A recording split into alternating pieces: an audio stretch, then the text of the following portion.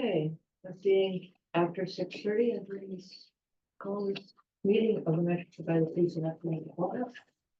Jeff, Yes. Brian, Yes. Kathy. Yes. And And John. John is here. John is here. Okay. First, I need to say that this meeting is being recorded. Otherwise, I had open meeting complaints, which I don't want. I suppose we should just leap into the business of the night. You are going to consider the select board candidates or the general candidates first. Honestly, don't remember. So, but I think we have everyone's. Everybody's here. So, Email, so I don't think it matters. the email that we were sent that general candidates would go first. Okay, Then then I would ask that the general candidates take the front 4 seats. Thank you, Eli. Yeah. Have you been a selectman? No, In that never case, been, but I'm not vying to be a selectman. that's okay. Okay, You'd be wonderful, but I know, okay. okay.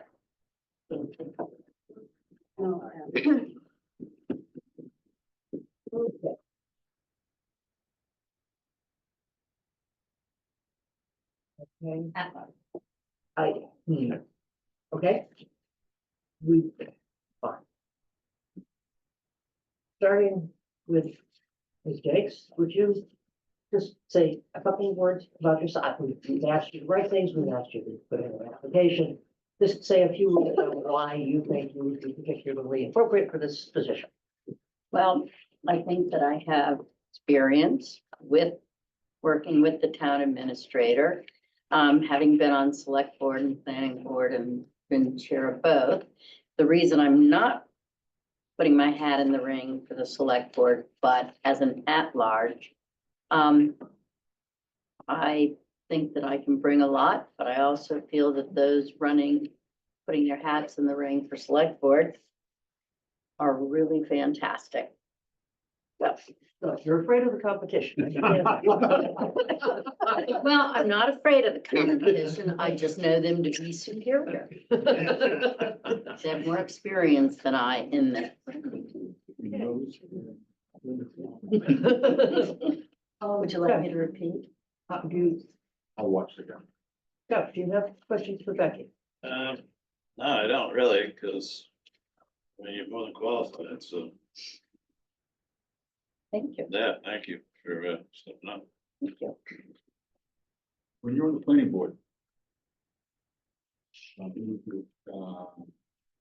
DA background. Right, That would have been great. right, so you have no experience without any other TA.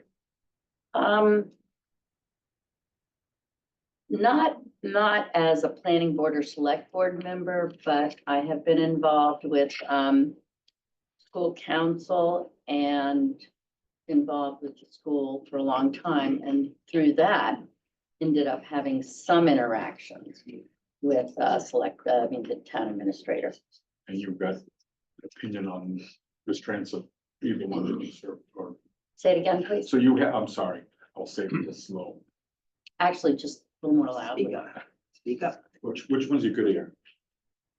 Bad ear, worse. So you've got an idea of the strengths of the TA that you work with when you're in the school board, Yes, as well as, indeed. okay, so you know what works and what doesn't. I have a perspective on Okay, it. that's what I meant. Yes, That's all, thank you. thank you. Right, No, I'm good. okay. Kathy? On your write-up, Becky, I think there was only one question that I didn't see a response to, and I got this kind of late because that the email system went into my junk folder, so I found it I late. wondered about that. Yeah. How you differentiate between management and leadership? And so that, based on the email that I got, either got cut off or I didn't see a response. Could you just elaborate a little bit? on what Sure, you- and those, I didn't fill in 6 or 7, just because Debbie had noted in the, when she sent out the email that those would be addressed in person. So unless I miss. No, you're right, you're right. So just my understanding of differentiating between the two is that management is more the oversight, organization, and insurance of completion of projects and tasks. Leadership, I feel, is more guidance and inspiration to accomplish. Thank you. And let's see. So the other question, like you said, we were supposed to ask these in person. I'll go ahead and ask if you don't mind. What thoughts do you have on how the committee should narrow the field? I think it would be best to start off with what the screening committee and the select board feel the ideal candidate would look like. Once there's basic understanding of that, narrow down based on the most appropriate for what is perceived to be ideal candidate. Thank you. Yeah, first I want to thank you all for all of these write-ups. All of you have contributed to a great deal of reading time for us. But it's been great to see what the story is and to learn. And I will say that in general, most of you, much of it is, you're in tune with what's going on in town here. There's no question about that.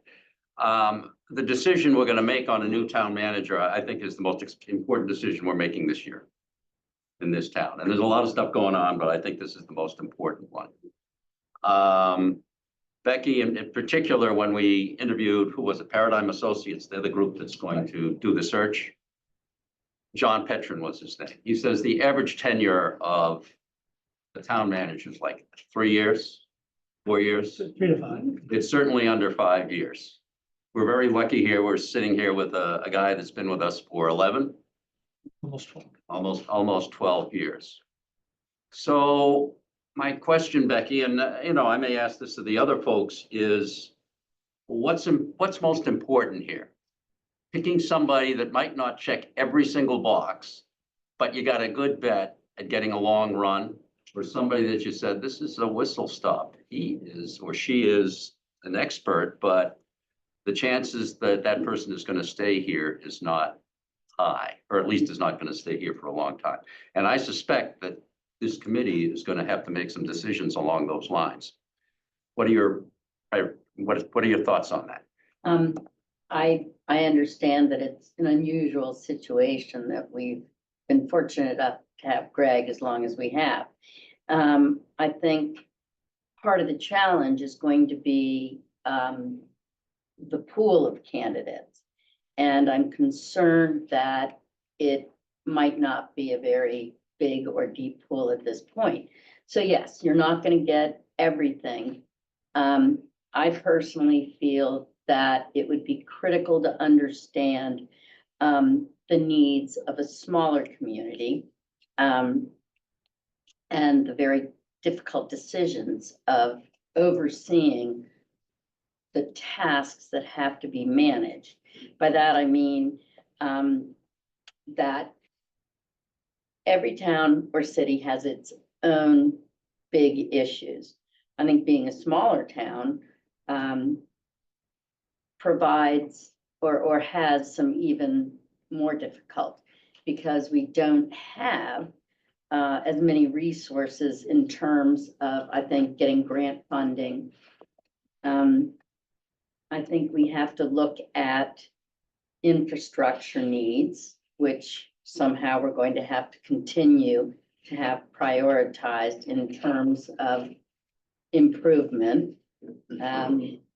And with the iffiness of funding, I think we need to have someone who understands how to best maximize what resources we have through the people, how that person will manage the people, delegate projects as needed, and not duplicate or triplicate the work. Okay. All right, that's kind of a description of all the various things. Those are the boxes that you want checked. And maybe, I mean, that has to be balanced against maybe someone who can't check all those boxes, but is a longer Absolutely, term. you're not gonna And get, therefore perhaps an older person, maybe not somebody who's 45 years old, but somebody who's 60 years old who has been around. But like Greg, when Greg came here, I think he did tell the interviewing group, I plan this to be my last stop. Mhm, So we knew what we were getting. yeah. And I don't Okay. necessarily believe that age is going to be the, what's going to distinguish what they know and what they don't know. Sure. I think it depends on where they've been and what they've learned in that, wherever they've been prior. Okay. Thank you. For you, what would be a red flag? Probably someone who's moved around a whole lot, in rapid succession. Someone who just doesn't stay more than a couple years. I think it takes more than that to understand the community for which you're working. So that would be a red flag for me. What? It's hard to ask for a single most important characteristic, but if you were looking at someone who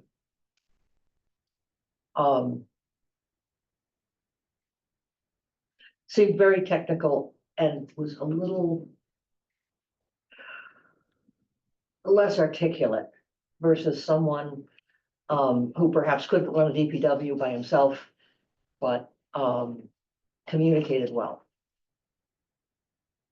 I mean, that's a pretty obvious question, but which, I feel that to have good guidance, you need to be able to, or the person would have to be able to manage well. I don't think they have to be the most articulate, but I do think that the person needs to be able to manage effectively and efficiently. yes, I would ask, how would you judge that?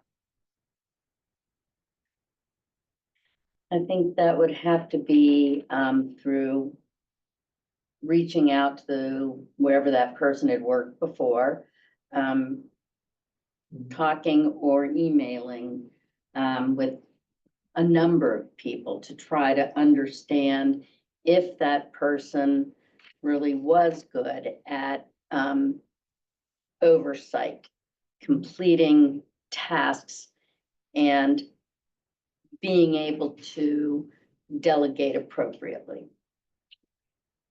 Does anyone else have questions for Becky? Sure, Me? yeah. Okay. It's I'm. been a long time since we've eaten any candidates who showed up for anything. Okay, all right, that's, thank you very much. There's always a first. I have experience in my professional career running a large department of a commercial bank, an urban commercial bank where we had 180, 190 employees and an operating budget of around $45 million. That oversaw assets of about $4 billion. And so that inevitably required a certain amount of staff turnover or involved that. So I did have to winnow out who I thought was going to be a good staff member from a poor staff member. And then I had to do a lot of evaluation of the performance of folks. And so I have that experience. I also have run my own operation for 30 years. And we oversee operating properties that are hands-on and very, require, deliberate management, not stewardship, but deliberate management. And there's a big difference between the two, as you all know. So that's my story. I have lived in town for 48 years, but that doesn't make me any smarter. So here I am. John, Councilor Gar, so I'll ask you the same question I asked Becky. The long-term person or the short-term person that checks more boxes? No question about it. I'd rather have a smart, short-term person than a person who hangs around And for take your chances. 20 years. Yes. They'll fall in love with the town. Things Who are, knows? things are too damned important to have somebody who's incompetent. And so, being committed for 2 decades, and believe me, we've been lucky. Or incredibly wise in our choice and fortuitous, providential in our results. And so that's fine. But no, I would definitely go for someone who can grasp the wheel and steer rather than somebody who sits on the autopilot and hopes everything works out okay. Okay, okay, good, thank you. Kathy, Gar, on your questionnaire, you mentioned the select board need to refine and restate the mission of town government. Yeah, Could you clarify what you meant by Sure. that? Would you have Sure. specific suggestions? you have some real flaws in what you do here. Mhm. And that's tied up with the job description of the guy that reports to you. You don't have a town manager, as I understand it. I think he's called a town administrator. And I think it's very important for the, I don't know how many there are, but there are at least five of you, that you understand what your mission is and what the mission of town government is.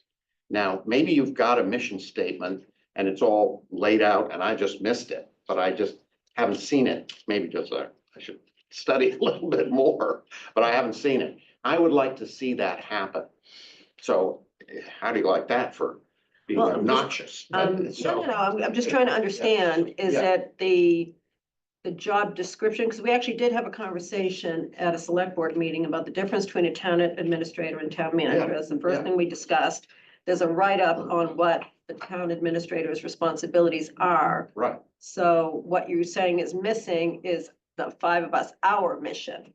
correct, Okay. your mission. Okay. I think you need to refine that. I know you say, wait a minute, we waste enough time. Why do we have to have a mission? Cut it out, but I really think you should think about that, doing that. And have a statement so that you can say, this is what we do. Then I think you should seriously think about not having an administrator. I think you should have a town manager. Wait, sorry, okay, I'll stop. okay, just. as a I'm point sorry, I'm off the track. Yeah, admit it, I admit and as a point of information, Hamilton and Wenham, one has a manager, one has an administrator. Our administrator is halfway between, the responsibilities are in his job description, not in his title. There really isn't a. Well, okay, all right. So, Okay, I get it, what you're saying is that our town lead, the chief employee, Yeah, would have a job description, that is more authoritative, Yeah. than what you're Yeah. seeing now. that's what I say. And I believe this gets to the management versus leadership question, okay? Look, if you gotta have somebody in this job, you gotta trust them. You can say, oh, no, well, we meet weekly or we meet every 2 weeks. And he can check with us every time he has to decide whether about 20 paper clips or 100 paper, it isn't gonna work that way. You gotta have somebody you trust. And they're gonna screw up inevitably. He never has, but they're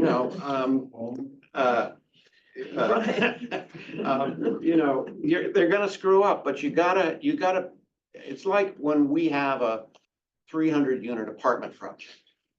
And we have a community manager. The thing is worth $90 million. It has a big budget It has 300 families that live upstairs that depend on competence downstairs. And we got a big financial risk of, are we gonna release? Are people gonna, blah, blah, blah, you know, all this kind of thing. At some point, you have to give him his job description and then review him based on what he's doing. And you have to be willing to say, great, great, C plus, F, great.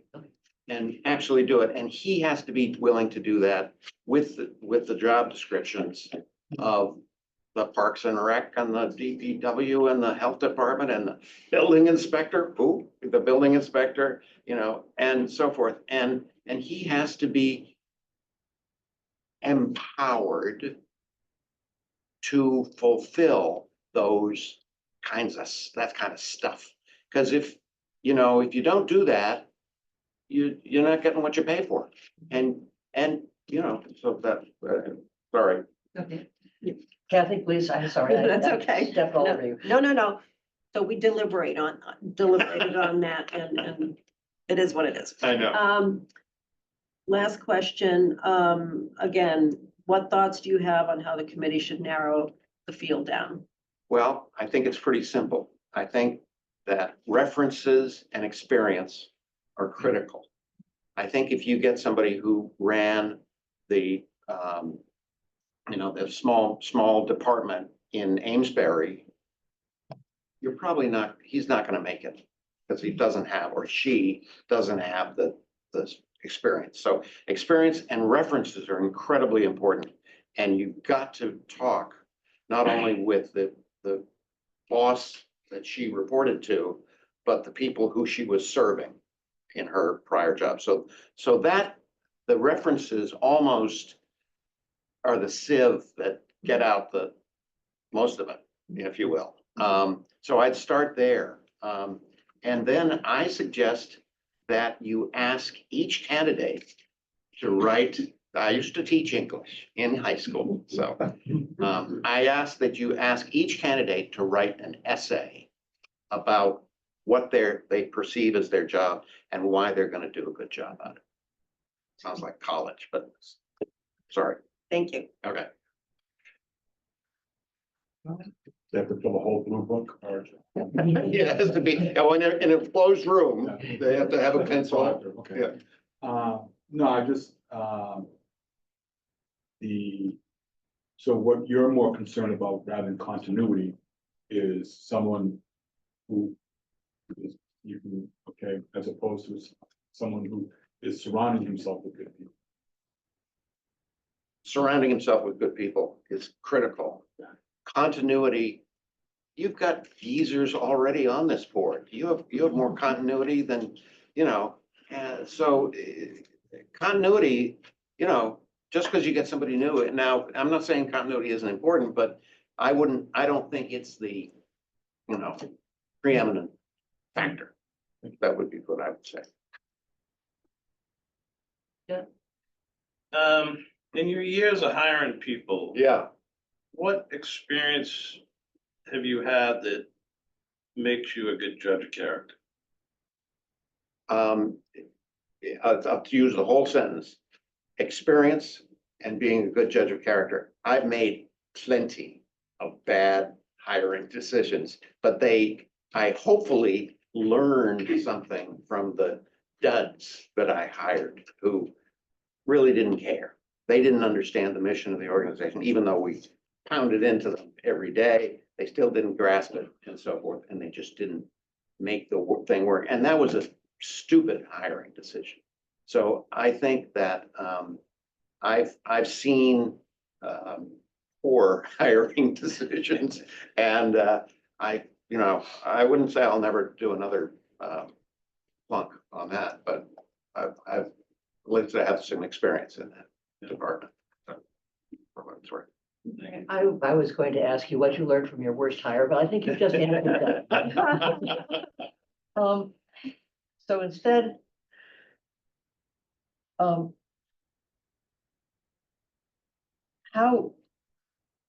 what would you look, if you're looking for somebody who is not likely to be here for long? Yeah.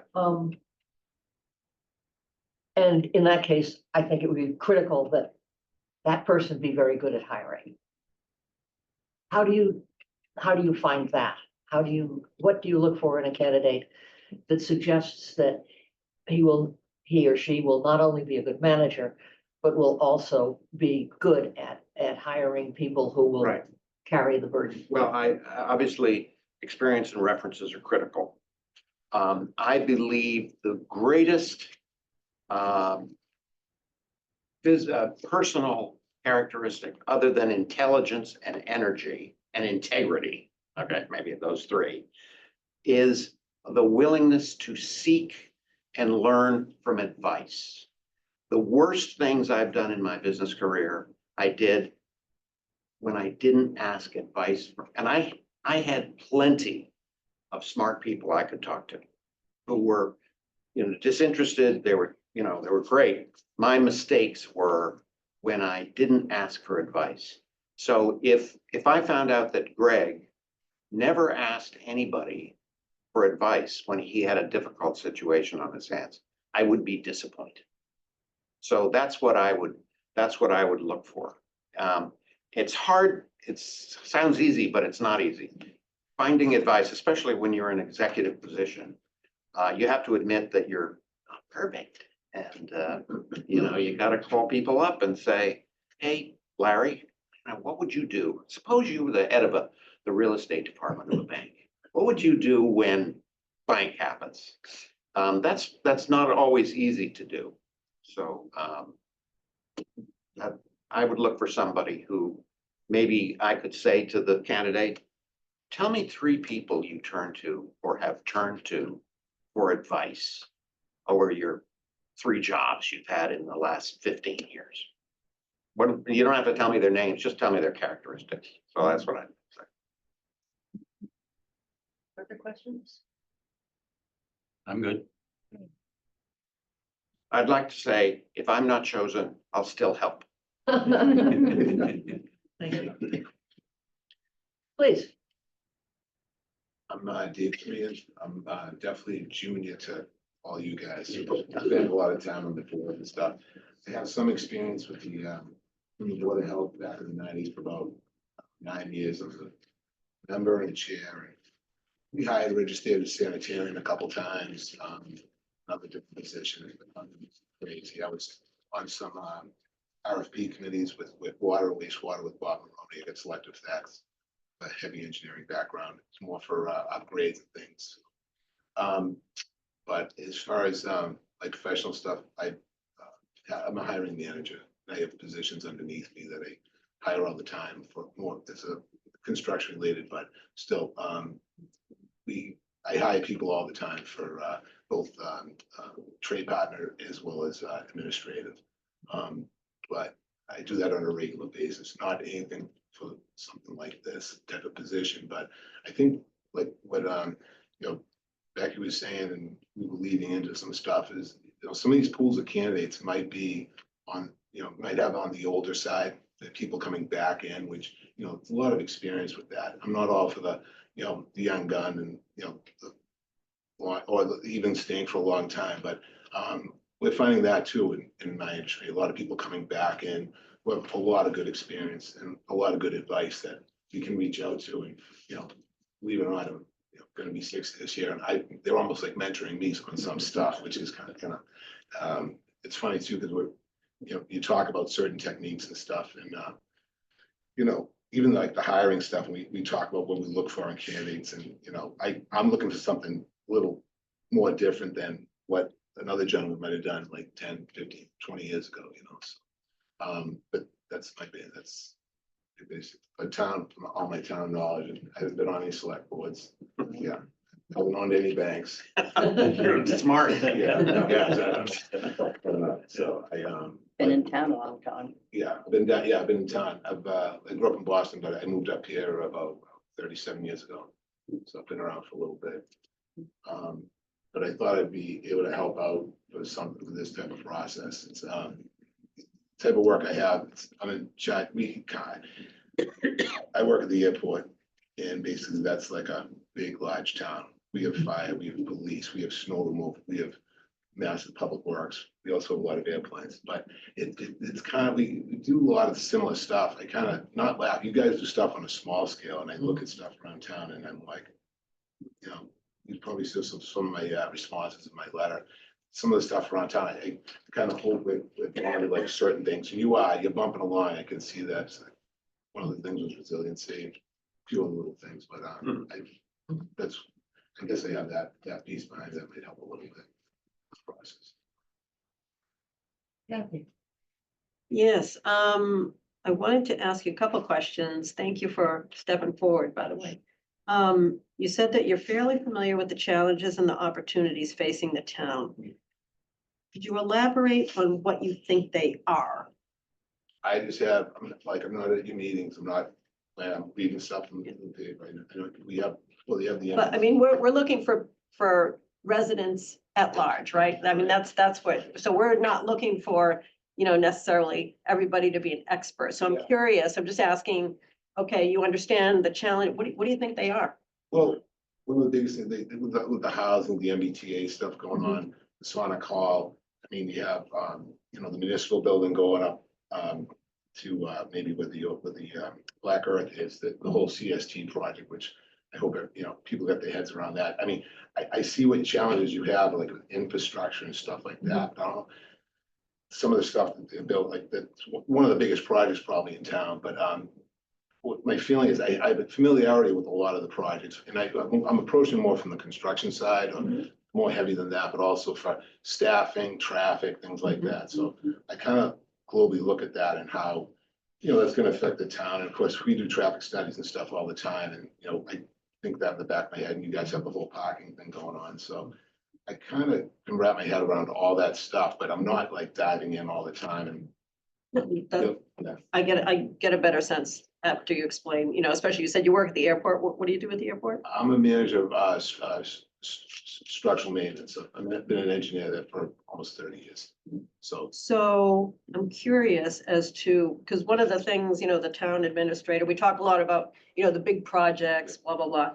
But a lot of what the town administrator is responsible for is what I would characterize as operational excellence. So you work at the airport and given, yes, based on what you do, I suspect you have a strong feeling about what operational excellence yes. is. How would you describe that?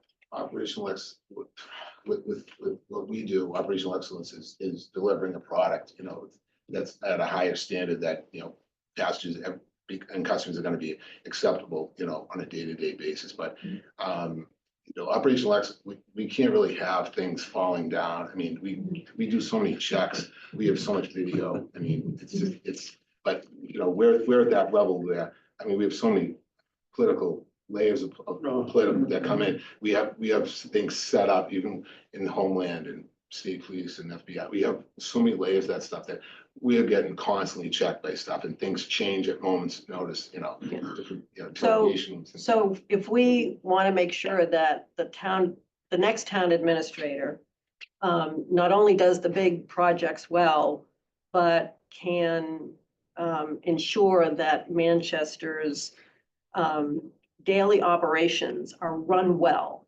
okay? What might you ask candidates to kind of screen them for those types of qualities? So are they detail oriented? Do they, follow through on certain requests and how they, categorize that? Where do they come in with that? Mostly, how they approach an operation or a process and how would they make it better? Do they have any suggestions for something, to make it better? Not the whole thing, but maybe the top 3 things. Or we have this process right now. How would you improve that? Or what 3 things would you take out of that? That type of thing. Thank you. So looking from a resident's point of view, what would be some attributes that you'd be looking for and what would be red flags for you? So as a resident, I mean, continue with the communication, getting out, just like he does that weekly. Administrator, Tied there. yeah. The cricket. The cricket, yeah, there you go. Anytime. Thank you. That's, I mean, just getting the communication, I'll be informed, as a resident, I would think that's key, you know, and basically, you know, having like a little open town forum, a small thing like a Friday coffee, just to kind of, you might even already do that, Greg, I'm not sure, but just to get the word out, like what's coming up, what's next, what they're looking at. I think that would be probably a good, as a resident, I'd feel a little more comfortable with something like that. Not that I'm uncomfortable now, but I think something of that nature would be just a little more communication for that, but what's the second part of that question? What would be a red flag? You know, I believe it or not, I'm not dealing on Becky's, but you know, some guy who, or some person who's been around, a few jumping around from town to town, that might be a red flag for me as well.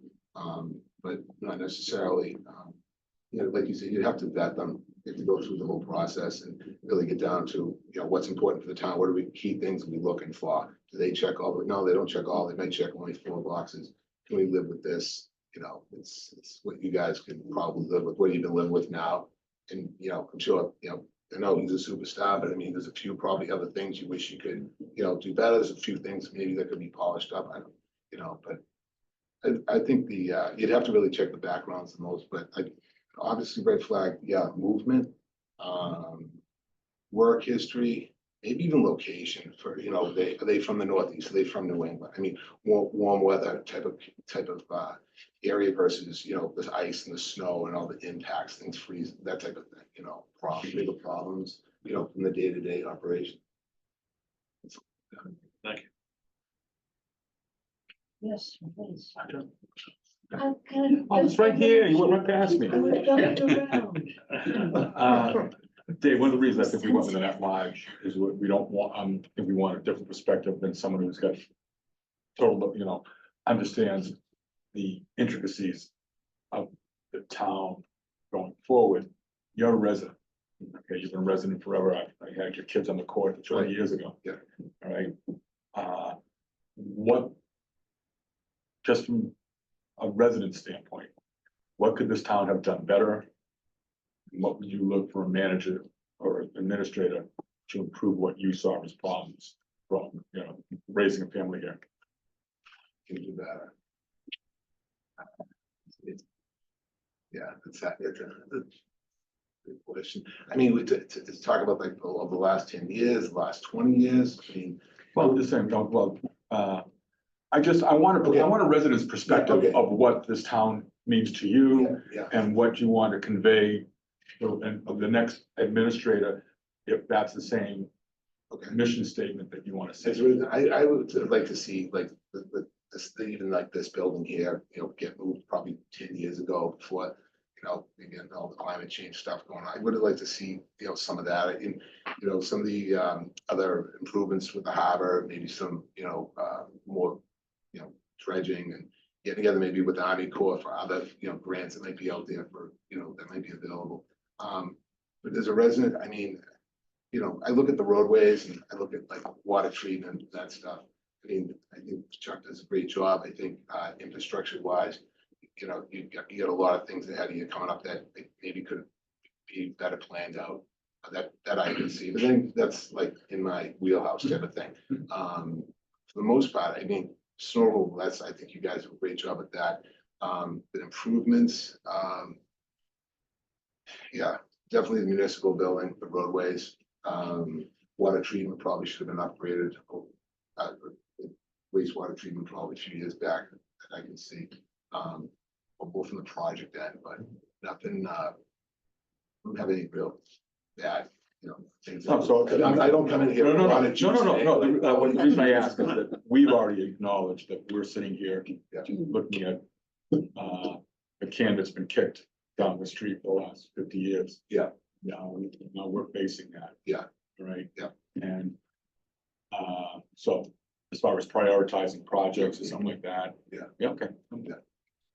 Biggest thing though, I think you got missing the ball. I don't want to get to it. It's the resiliency. Like you guys got that culvert project out there. And I've been in some of those early meetings on that. I know there's some private people on that, but that really needs to be smoothed out. People, I mean, I talked to Chuck on some stuff with that, but that really needs, I hope they get that all figured out. Certain construction techniques should be visited.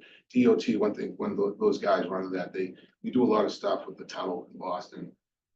We talked about before we did that shutdown this past summer, so we do everything we possibly can to actually have to shut things down. That's how we do in the airport. Those guys, they like to do their own thing, and it's not as progressive sometimes.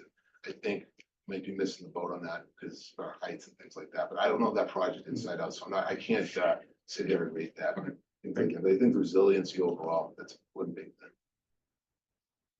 thing. Yeah, Dave, I think we've kind of worked over the fact that managerial skills in terms of planning, organizing, implementing, that's the definite need for this position. Are there other experiences that you think that a candidate should have if they're going to be seriously considered for this job? What should they have done? And you've described some of the challenges that we've got here, but what should they have done someplace else so that they know something about how to get certain things done here? What are your concerns that you'd like to see experience in the candidate? I'd like to see somebody who comes in, first of all, that they've kind of done some research, they're interviewing with you. They've laid out almost like a plan ahead of time, like, hey, John, I did some research before I came in for this interview, or so the consultant interviewed me. I really think, looking at your town, you might have wanted to have, some other grants filed, like, ahead of schedule, so that's coming in. In other words, I almost would think the gentleman would have, or person, whoever is interviewed for, maybe have come in with their own plan based on what they know for the town. But from what they've done in the past from another town, I think that's what you're asking. That's kind of what I'm asking. In other words, what's their specific background? Just 2 or 3 things, Yeah. maybe I'd one say- thing. Okay, I'd say basically that they've, been charged with most of the hiring, that's going on. So sometimes they have other assistants doing that, or they'll hire a consultant to do it, and then they just rubber stamp. I would think that's a big piece, having more like hands-on, depending on the size of the town. That'd be one. I'm trying to think some others, but I would think that'd be the biggest. Maybe having like what their track record for maybe filing for different grants and projects for the town, and what their success was, what the follow through with the project. Just that's like off the top of my head. That's more selectmen stuff that I don't. Sorry. Okay, and I'll also ask you the question: the long-term guy or the short-term guy? I'm probably gonna lean to the short-term guy. So it's a sprint. You guys can always put another contract in front of them and renew them if you wanted to, I would think, but I would probably go with maybe a short-term guy, because that's good to see if both sides enjoy being here and he can handle the workload and likes what he's doing. You answered everything that I can think to ask, so thank you very I much. didn't talk so much. Rob, Hi, I'm Rob Beatty, and I've only lived here 10 years, but I've loved every minute I of have it. a fresh view. Well, I thought so too. I was born in Washington DC, and my father moved around a lot. And so we didn't live in any one place for too long until we moved to Texas in 1967, and I was there from 67 to 2015. I worked with a top 100 law firm for 40 years as a commercial litigator, principally in the oil and gas area, and was responsible for representing oil and gas companies, landowners, natural gas plant operators, the whole thing from soup to nuts in that industry in any kind of litigation. A lot of contracts were involved. A lot of highly technical things involving petroleum engineers, reservoir engineers, geologists, petroleum geologists, forensic accounting for trying to chase the money, follow the money. So I've had to hire expert witnesses people who were experts in their particular field, whether it was accounting, forensic accounting, petroleum engineering.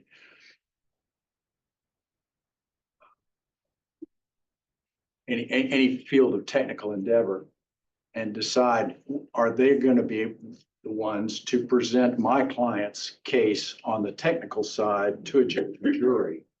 Are they going to be able to teach before they preach?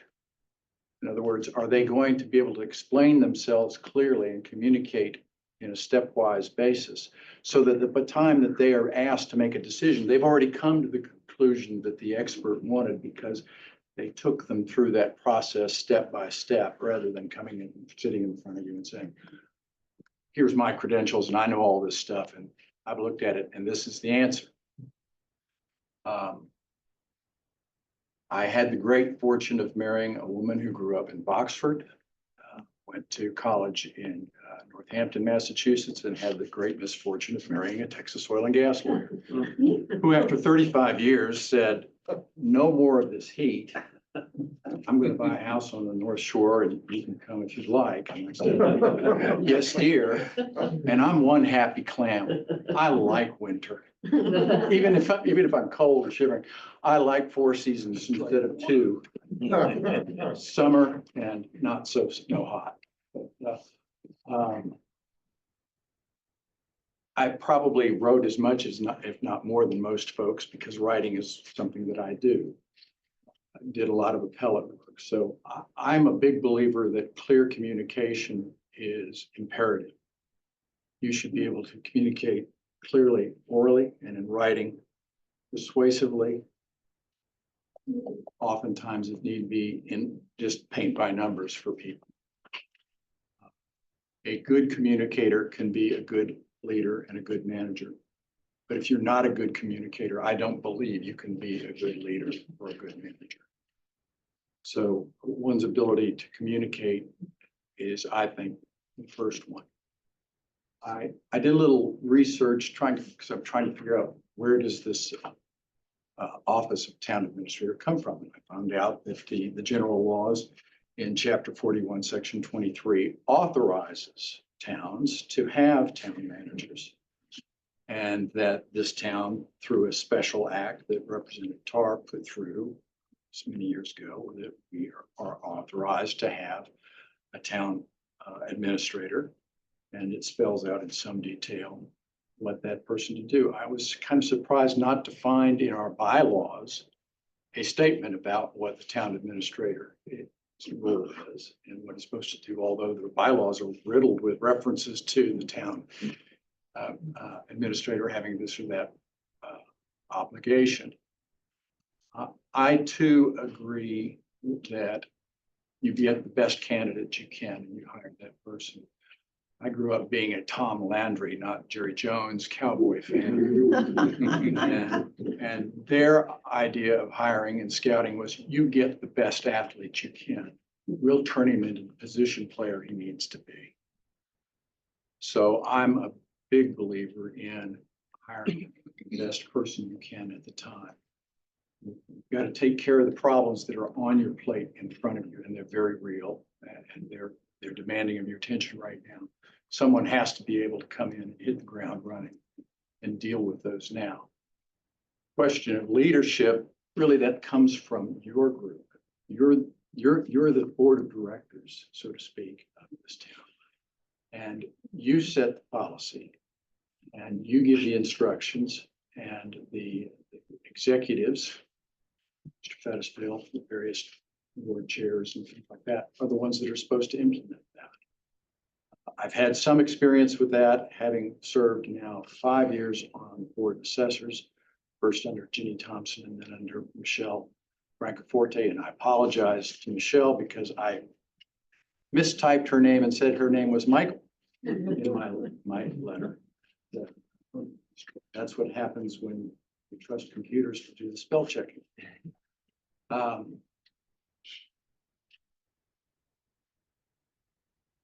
don't want to repeat too much what's been said. You have 3 really excellent candidates here. Every time I've come to a town meeting or I've worked on the board of assessors, I've always been amazed at the depth and breadth of experience in this sort of community.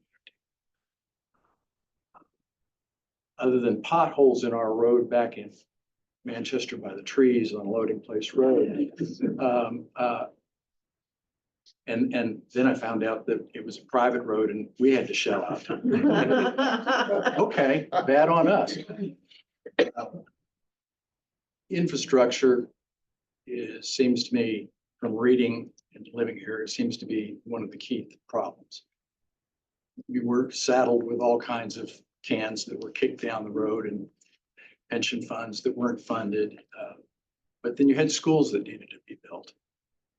And I'm here to tell you that having a first-rate public education system like you have here, people in Dallas would pay $40,000 and $50,000 a year, starting in first grade, to get the quality of education in a private school that you're able to deliver here.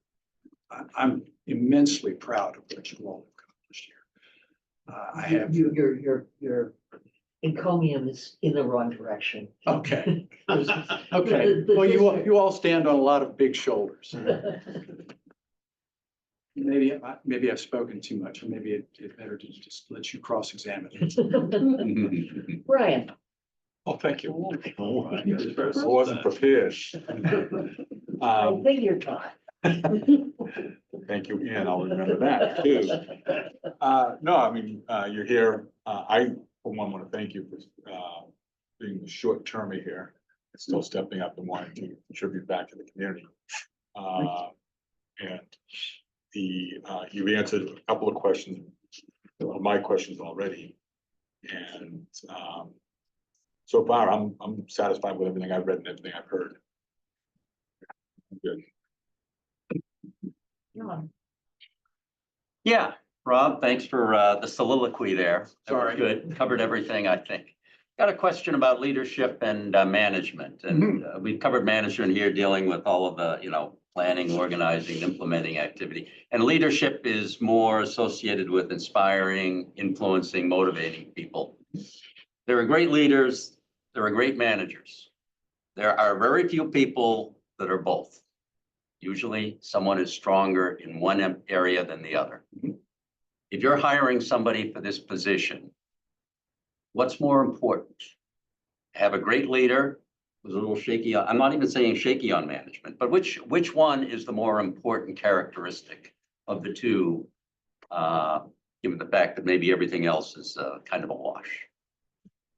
Well, I think municipal government presents a different situation than private enterprise.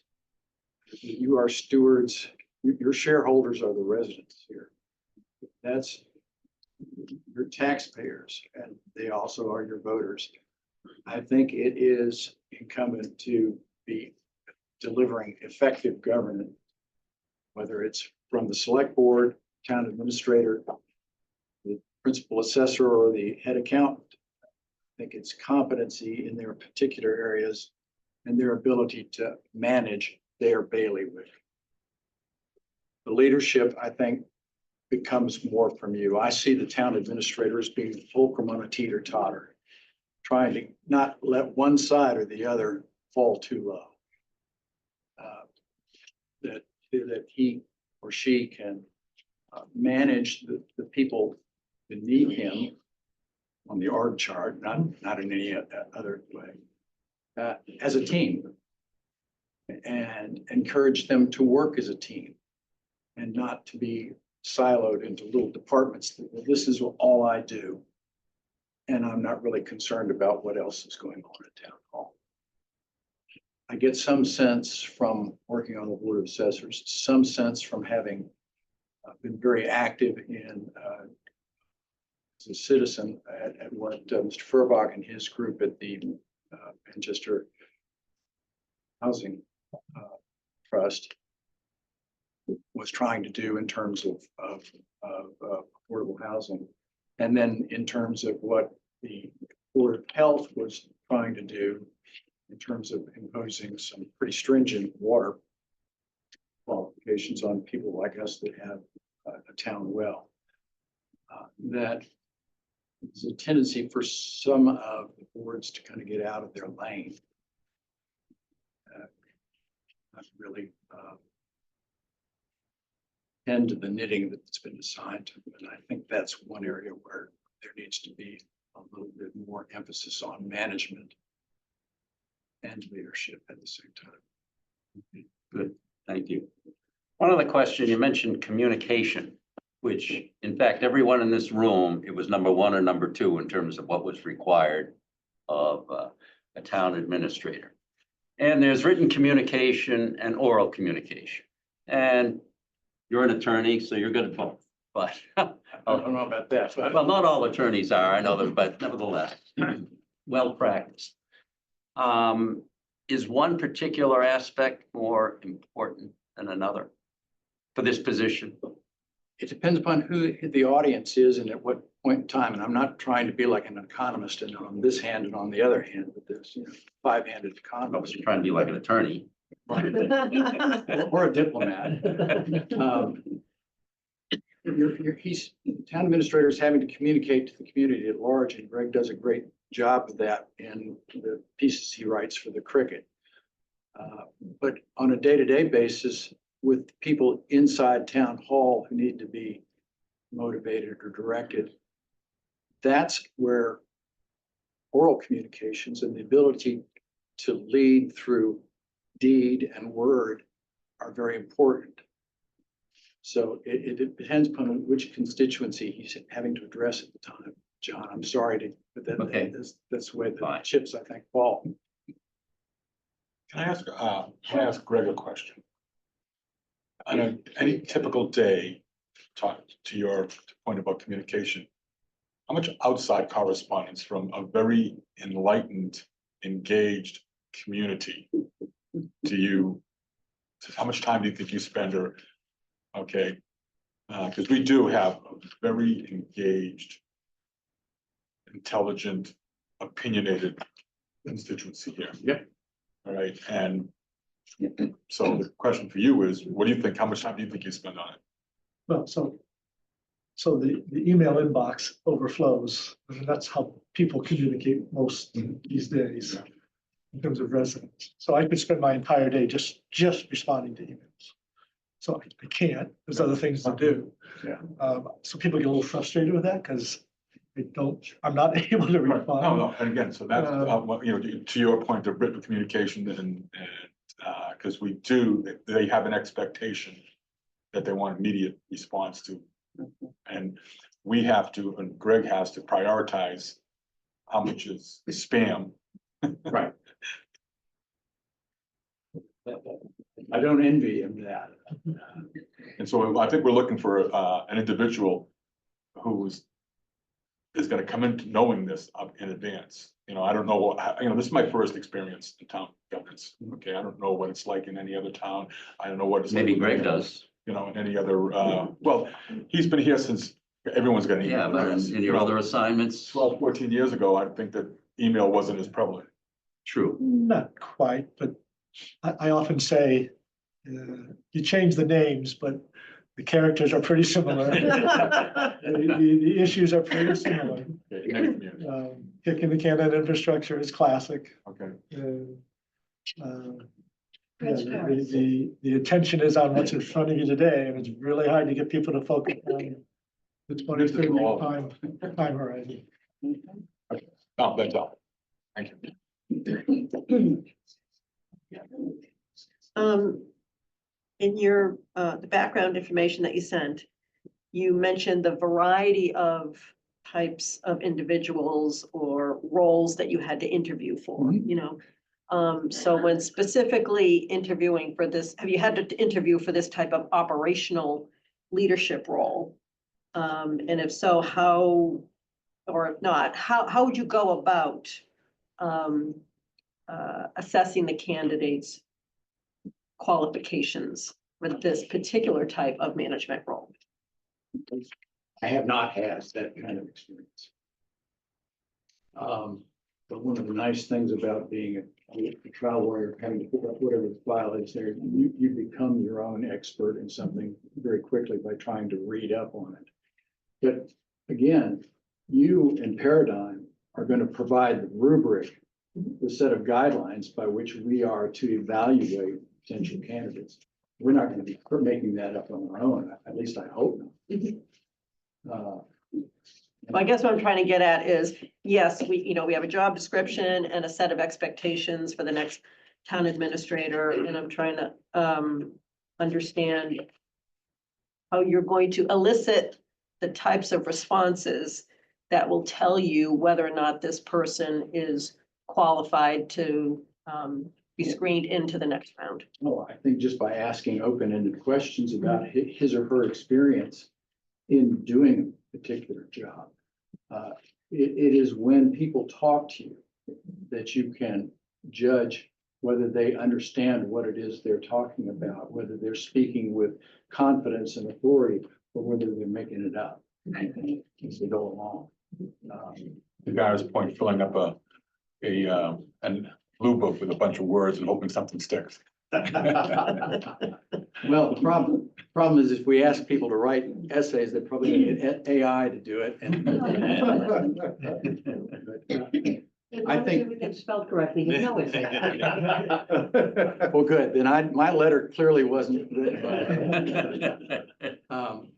I think there's nothing beats just talking to someone face to face, looking them in the eye, asking them an open-ended question where they have to respond. For instance, you started out at, let's say Shrewsbury, and you were in this department. What was the worst experience you ever had with your town administrator? Why was it a bad experience? And what did you learn from it? And get them, it's kind of like doing voir dire when you're trying to pick a jury.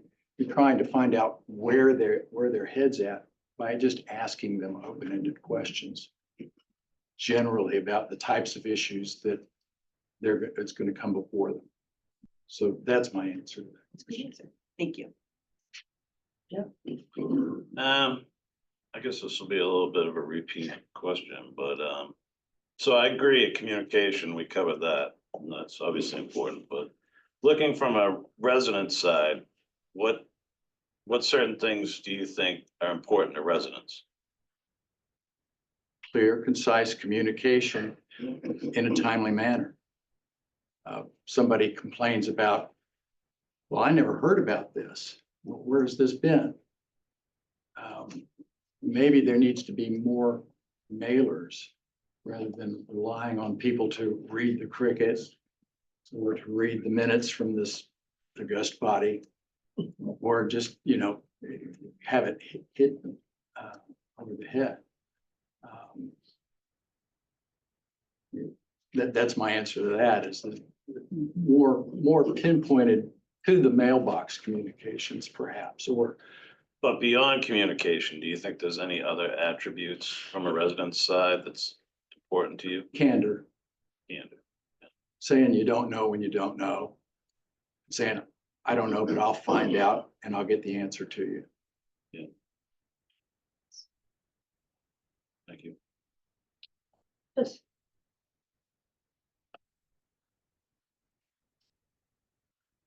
when- It frightens me when they sigh. Sorry. That's, I wish I had the Grand ability to sigh. Terrifying in that way. Yes, I've heard. I guess doing a voir dire is as close to what we're looking for that was an answer that really resonated with me. Thank you. That trying to figure out, not just from what somebody is saying, but also how they're saying it, what they're doing at the same time, they're chewing on their pen, which I do all the time. What is it? So, because we're not asking you to run the town. We're Good, asking because you- I would run the other direction. We're asking all of you to use your skills and experience to winnow a field of 6 or 7 maybe to a few who are brave enough to stand up and I've heard very good answers from all of you, and I greatly appreciate you coming in and spending the time to write out answers for us, which we did to find out whether you actually valued communication, which is great for all do. So, unless anyone has specific, any other questions? You may take the back bench. Or you can go home. Well, it's an ask, like, what we ordered, may we be excused? Thank you very much for coming. Yeah, thank you. Thank Thanks so much. Thank you. So just before people go, just, Hang on a second. yeah, just to explain, so the board, after the interview on Monday, they hope to make decisions. You know, at their meeting on Monday. And then from there, there'll be the gathering of the group couple few weeks from now. So tune in. Stay tuned. Oh,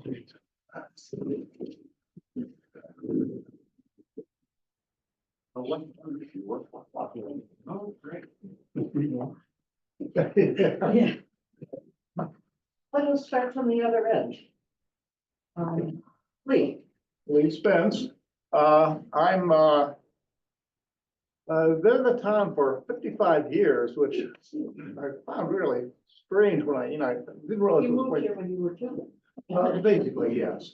And I've been involved in a number of town boards. I've had about 40 years of various town services. Starting with the Conservation Commission many years ago. I served 3 years as chairman on that. I've been on the Finance Committee 9 years, spent 3 years as chairman of that. I've been a selectman in 2 non-overlapping terms. And in that, the question came up earlier about town administrators. I was involved on the select board when the first town administrator was here. That was Rosemary Cashman. And then the second time around was with Wayne after that. But so I've seen that going. And the gentleman made the point about the Town Administrator Act. Yes, that's true. I looked for that on the website and I couldn't find it. But there is something in the general laws, and I found that I do not know how to search the general laws, but I know that it is out there. And there's also somewhere in this a description of the duties of the selectmen. So that maybe should be more prominent in the site. I've also was involved in the one of the committees that interviewed and made recommendations for the new harbor master. We got buy-in involved in that. Professionally, I've done a lot of interviewing, typically students to masters and PhD levels, but I've done some others.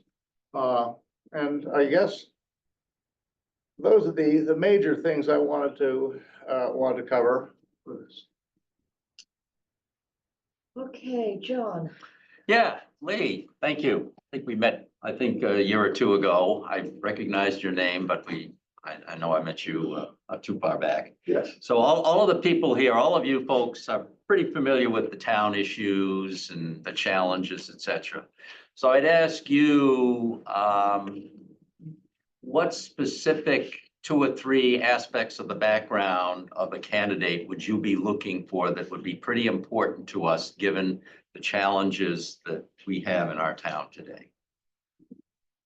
This came up a lot before. Experience is the thing, relevant experience. What did you do before?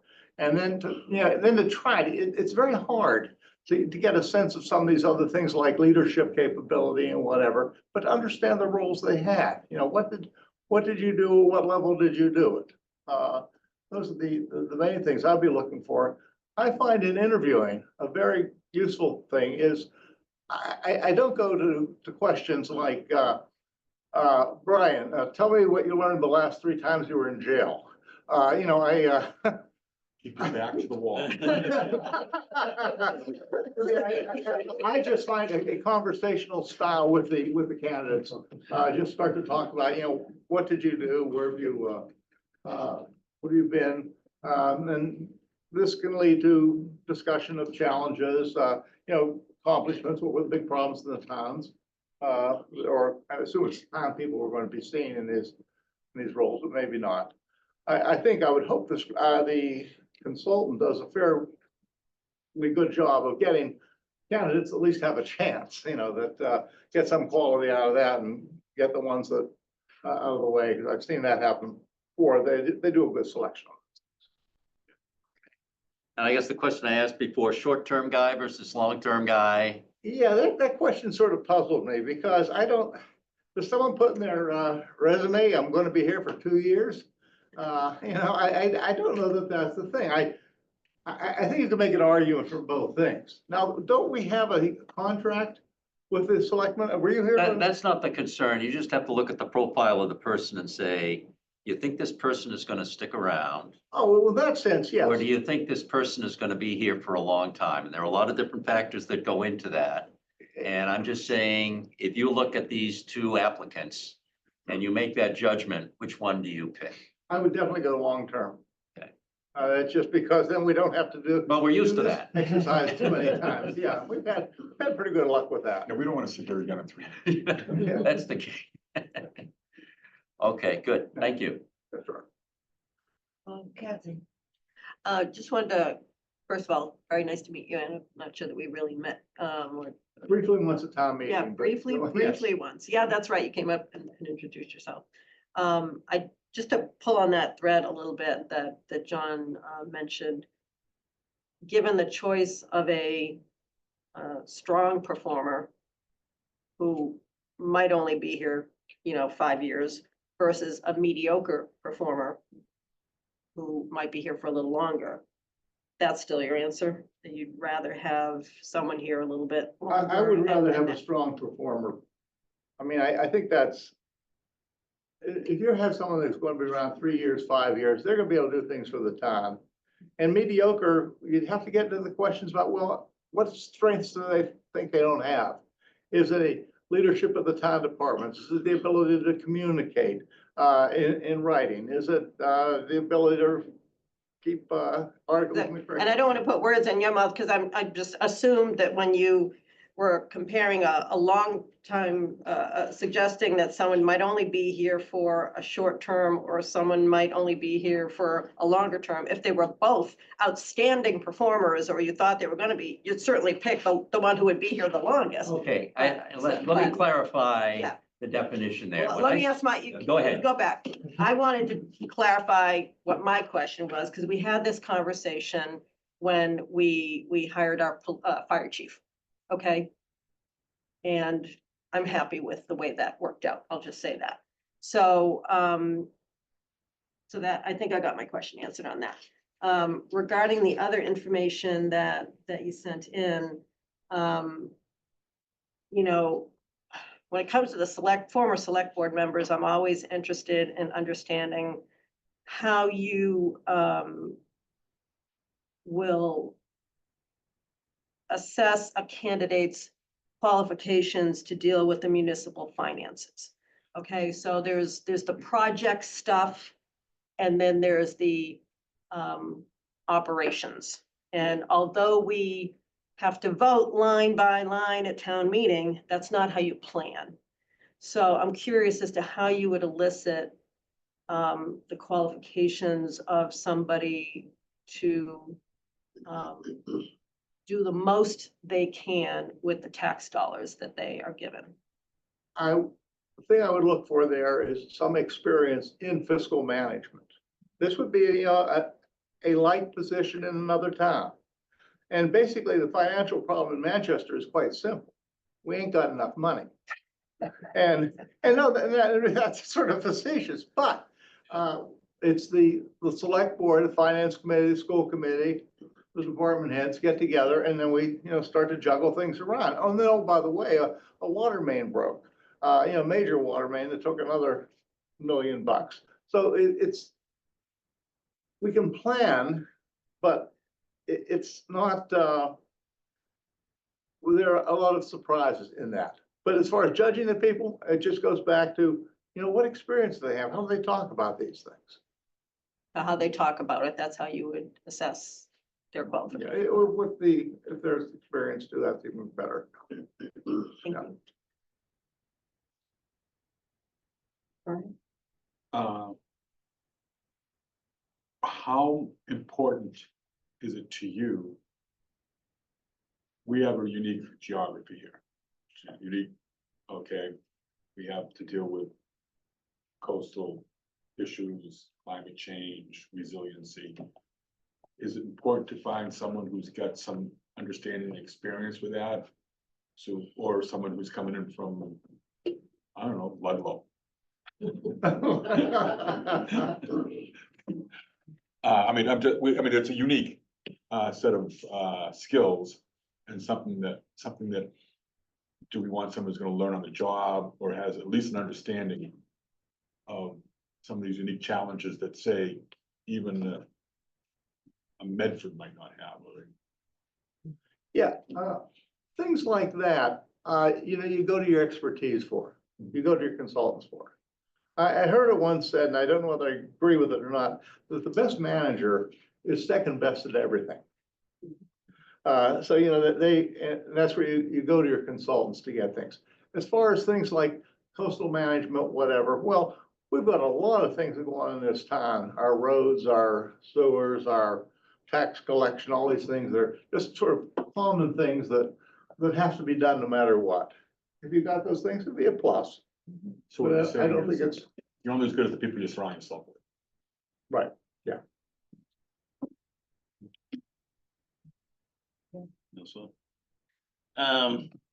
So an administrator has to wear a ton of hats, obviously.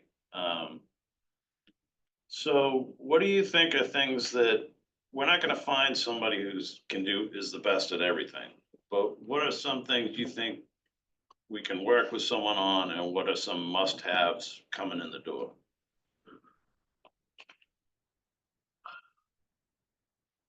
Communication skills, organization, if you can ferret that out in an interview, the ability to organize things. I go back to experience, and experience is an interesting thing because it can be in related areas. But the ability to transfer transfer what you have done in your previous work to the new situations. But these are all difficult things. Thank you. I guess there are various kinds of people who are likely to apply for this job.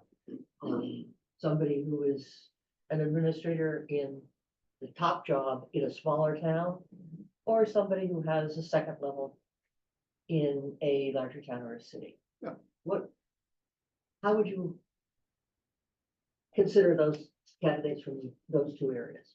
Someone who's done it all, someone who's done some of it, but in a bigger place. Well, I mean, if it's done it all, I think is probably the preferable thing. And you may ask why they're coming here. And There then, aren't many places smaller than here. yeah, well, no, I mean, they've done it all in a big place. That's the, No, I'm trying to say, someone who's done it all in a smaller town, in a smaller place. Somebody who's been administrator in a small town versus somebody who has been an assistant in a, I think it depends on the person. I really do. I don't, you might prefer someone who has been in the actual administrator. But there are people that, for various reasons, are not the administrator. Mhm. I can think of one of my kids is in a position where she's a deputy and she knows the director is never going to retire before, till she does. So it's like, there's no way to, but that's the kind of person you might want to get into, that's the person you prefer over maybe someone that had actual administrative experience, the direct administration experience.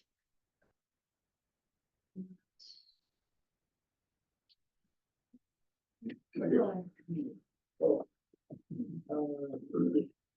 Bowman, got 3 terms on the select board, 7 years as chair.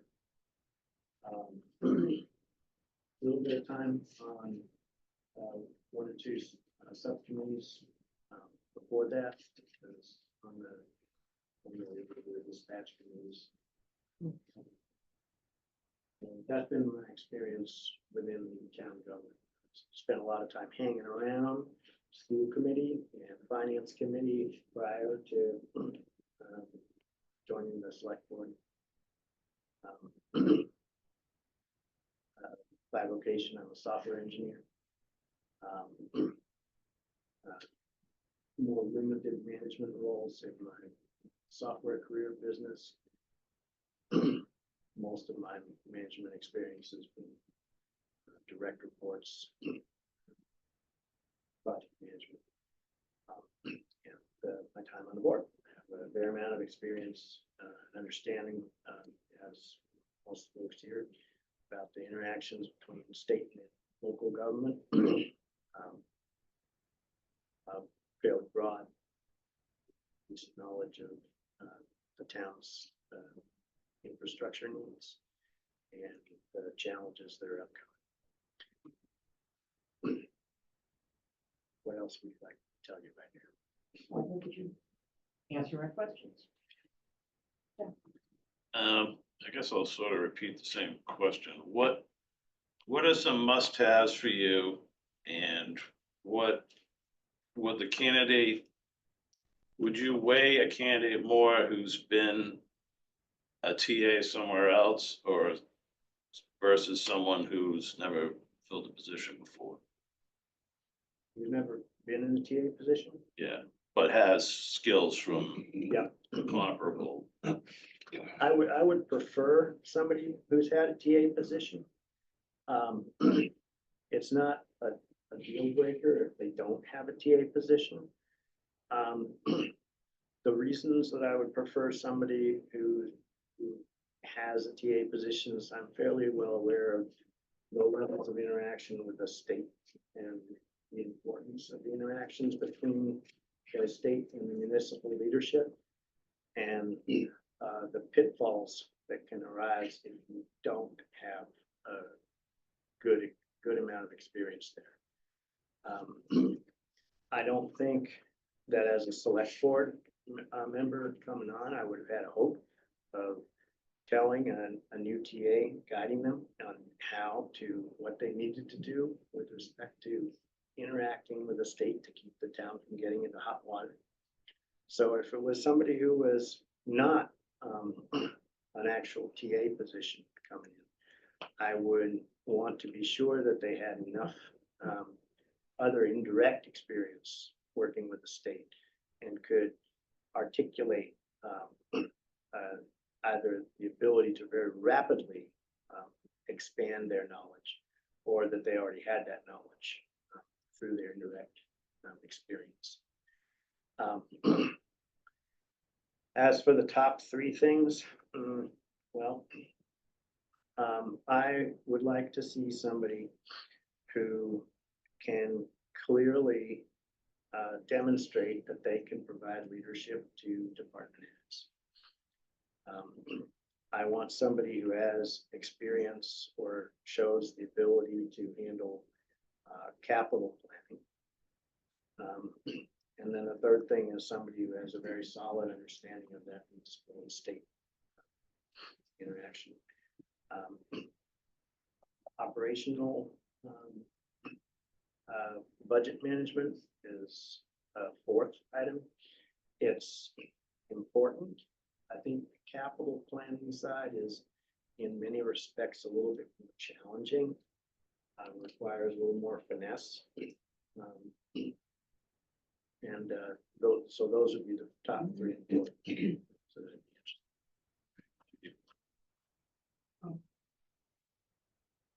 Yeah, Jeff asked a question, I was going to ask, Stealing people's. also, how critical is background, say, dealing with regional school districts? For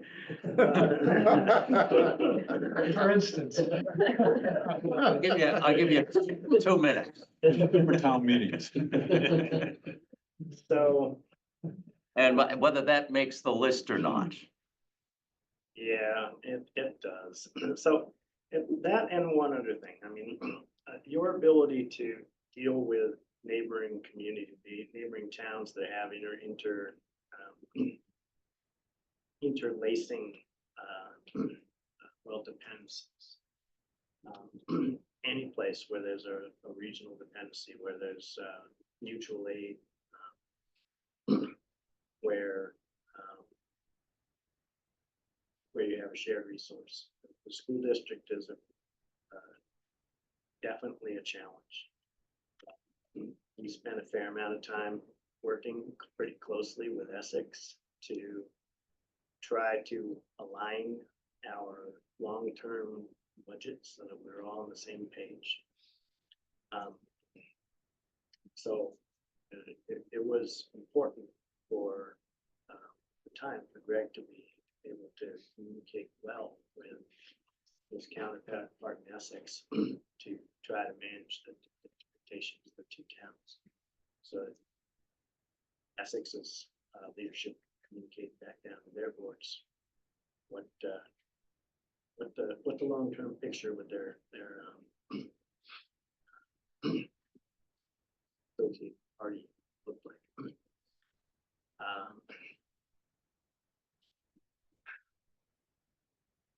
It's going to be a challenge. So, to go back to perhaps the question that I asked Lee, if you've got the long-term person versus the short-term person, and the long-term person, maybe the short-term person has checked the box. I've worked with a regional school district and there've been problems, but we figured them out. And the longer-term person is perhaps a stronger manager in terms of what the history is. I'm just looking at these trade-offs because you may have to look at those trade-offs in terms of who you're gonna recommend. Yeah. And where those trade-offs add up. And capital, you mentioned capital planning. Put that in kind of the list, although pretty much all towns have that as a challenge.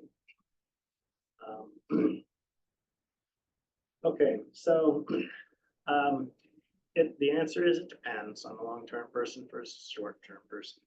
Short-term person, if they're stronger, I might be willing to select them. If the long-term person didn't show slightly intangible characteristics. So if the longer term person didn't show an ability or an interest in, for example, didn't show a real interest in importance, of capital, long-range capital plan, I might hold that against them. Or if the long-range person showed indications that they were really just kind of waiting to retire, that would be a good thing. And in terms of, I'd like to, I know that there was a little bit of a thing here with mediocre versus checking the boxes. Mediocre, that was her word. I know. Mediocre is not gonna That's cut not, it. that doesn't cut it. Somebody who doesn't check all the boxes, I've already got some. Short-term person, red flags for me would be indications that they were really using it as a stepping stone. If we're not going to be investing in 5 years, or if they were constantly going to be looking to other horizons, distracted by those things. If they're a short-term person going to be here for a known kind of window in time, I would need to get the sense from them. The blinders are going to be on to the outside of the 3 to 5 year term. During that 3 to 5 year term, they're here. Last question. You've been on a couple of search committees for fire chief, for police chief. Yep. What'd you learn from that you say, I'm going to apply it to this particular search if you select it?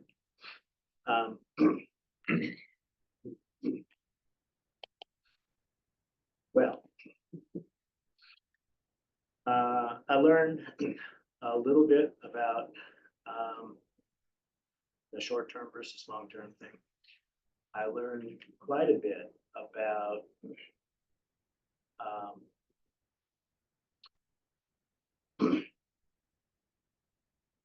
evaluating,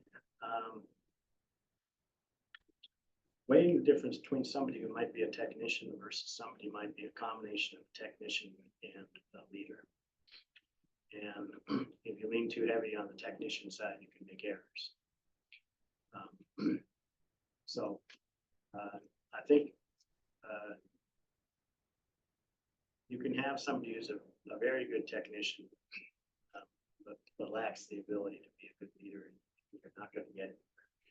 So we have, it's really quite critical that whoever is here has the ability to provide good leadership to the different department heads. A lot flows from that. The way the residents interact or get their interaction with department heads will reflect back on not only but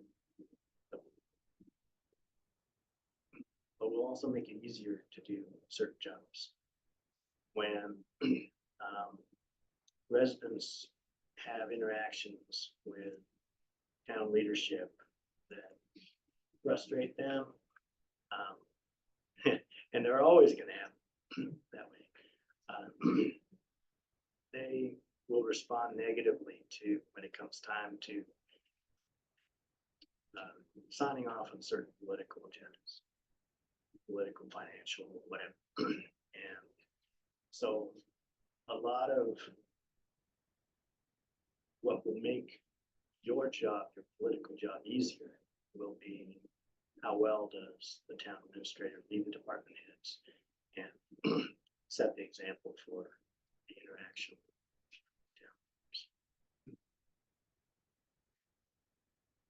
Thank you. Not really anything other than, in our particular, as you're all well aware, our town administrator is also basically our HR guy. Right, pretty much hiring, firing. Is that a conflict? Do you think that? How does that work for you? And would you look, and so now you also have to look for someone who's got the experience in hiring and firing as well. Well, HR and hiring and firing are two different things. We spend a fair amount of time trying to kind of outsource to some extent some of the HR aspects. And my experience has been, if at all possible, I think it would be good to decouple the town administrator's job from the HR job. I don't want the town administrator doing the HR job. I want the town administrator executing on the policies of the board. Mhm. The board doesn't deal with HR. A lot of companies, when they start up, will actually hire an outside HR firm to do their HR because it's pretty well defined. And it's better if you have an HR professional doing it. No, again, because I know that saddles a lot of, or some of your time. Could be used elsewhere, answering emails. We tried a bunch of times to. Other than that, I'm good, thank you. So let me ask, because I think most of the questions, I think you did a great job answering them on the email, and then, the other folks here have asked some good questions. I have a question about our culture. Because when hiring, right, like you mentioned, there's the technical aspect of hiring a person with the right qualifications, skills, competencies, et cetera. But then typically, especially for leadership roles, you like to kind of assess cultural fit. Okay, so how might you, if you were part of the screening committee, try and assess the cultural fit of a candidate? So when you say cultural fit, you mean somebody who understands the culture of the town? Mhm. Well, Yeah, that's probably a better way of putting it. Someone who is culturally aware, let's say, maybe I'll say it that way, right? But sure. when you become a leader, you become part of an organization and you become part of that community. So you become part of the culture. And so there's a fit, you know, typically. And that doesn't mean that, I don't mean to say that there's a particular type of person we want to hire, but you want to make sure that the person can leverage their skills and competencies in a way that will be effective for the town. And generally, people will enjoy having them around. So given that broader explanation, how would you assess that person Yeah, during the process? all right, well,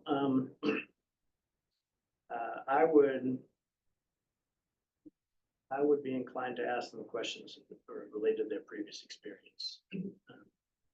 How they interacted with the department heads, and how that those interactions brought them in touch with different aspects of the local culture. Some Parks and Rec will have one view on things, police chief might have a different view.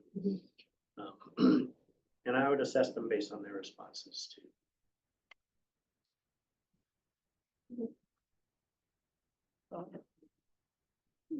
Hypothetical. What happens if you talk to the candidates who've been presented to you, and none of them really, they check the boxes. I don't know whether there's something in the search process that would allow us to stop and try again, but. Of course. You always have that option. So in other words, none of them are really that great. You chain him to his desk and you. It's all about the money. It's all about the money. Wow, so established now. Yeah, you've got an interim town administrator. Begbar wants to see if he would extend a contract temporarily until you get another collection, but you don't take. The best of what's available. The best numbers. There's never gonna be a good outcome. You're gonna suffer with it, you're gonna have a 3-year contract. It's gonna be terrible from the outset, you're gonna stall capital planning.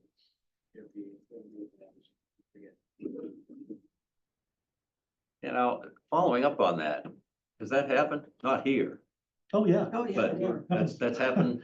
Happens a lot. All right. Reopen the Oh, search. yeah. Yeah. Yeah. The search. You reopen. So you're aware of that happening in other Yeah. places, okay?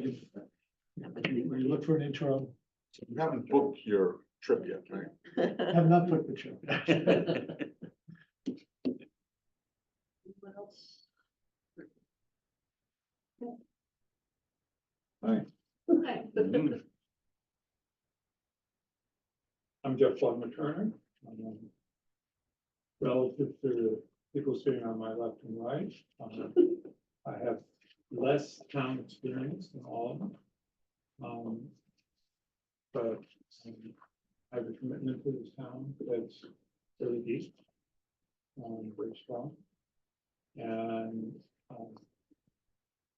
I have experience on 2 boards, working with the town clerk and election. I'm currently on the Conservation Commission, previously I was on this board. And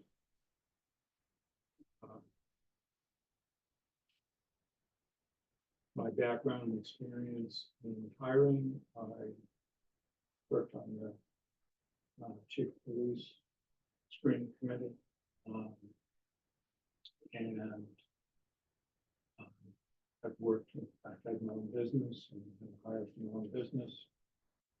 It was a relatively small business compared to what Bob was talking about. But nevertheless, I had to make my own decisions.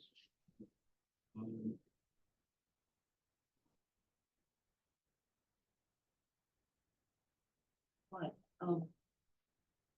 Jeff, One of the things you have listed is a forensic psychologist. Can you elaborate on that a little bit? And then come back to us and explain what's wrong with it. And then what, Ryan? Come back and tell us what's wrong with this. No. I don't know about That's an assumption that's made about people who are in that profession. I watch TV. I don't do it unless I get paid. So. Yeah, as a forensic psychologist, I had a variety of different roles interacting between the court and criminals, primarily, but also victims of crime. And my experience included expert testimony in the courts, being appointed as court neutral in child custody disputes where there were allegations of sexual abuse, and to make recommendations to the court about what should happen with child custody in that kind of circumstance. Evaluating inmates in the California Department of Corrections who are coming to the end of their criminal commitment, and whether they met the criteria of the sexually dangerous predators law to have an extended stay in custody with the state of California on a civil commitment. And there were very specific legal criteria that we had to meet to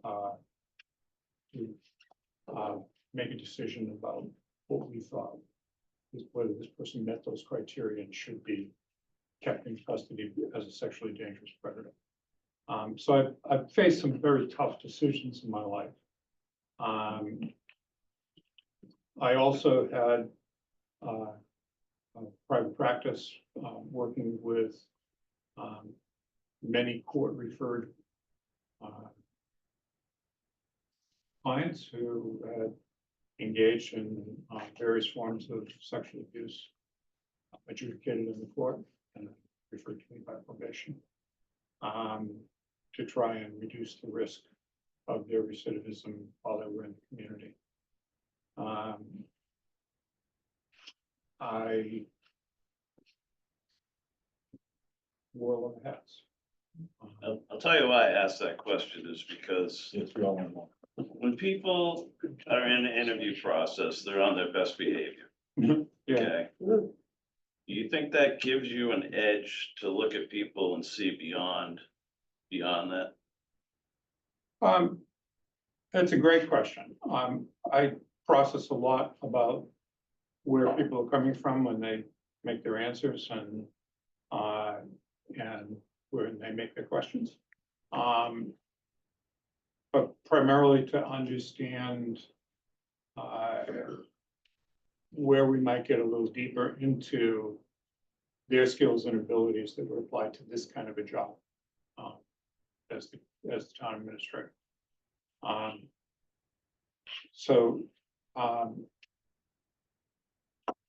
Yeah, I've got a lot of skills in those areas. I've got skills in group facilitation. Because this, whatever the group is, two of the four of us, and I don't know how many of the previous group that does this screening, we're gonna have to be able to communicate with each other and all the things that we're asking of the TA candidate. I think it's important to be able to help to support the task of the group so we stay on task and we get focused on what the needs are of the town with each of the candidates that we're reviewing. So, yeah, I think I have some of those skills that are useful to this process. Thank you. You were part of the district community, school district community. I was part of the school district community for almost 20 years. Yes. So, as you're aware, and it was brought up before, probably one of the biggest, the big elephant in the room is gonna be the school budget and how it impacts. Of course, it's gonna blow up in everyone's face the next year or two. And so the question is, but yeah, okay. Even before. It's gonna get ugly, but, so the candidate we're looking for, you'll be looking for us, is someone who's has a good understanding of school finances, budgeting, staffing, I think is important, you know, administrative versus, the teaching. Is that something that you would agree with and you have, can you prioritize that? I certainly think it's a priority in terms of the challenges that face the town and the regional agreement along with us. I had the unique opportunity to work for 2 years in Manchester Elementary, Manchester Memorial, and then 18 years over in Essex Elementary. So I've seen both sides of that equation. I also served for 5 years as the president of META, the Manchester Essex Teachers Association, and was involved in contract negotiations with the superintendent of schools and the school board. I know the budget and the budget problems and the limitations of the budget, particularly when it comes to the collective bargaining agreements.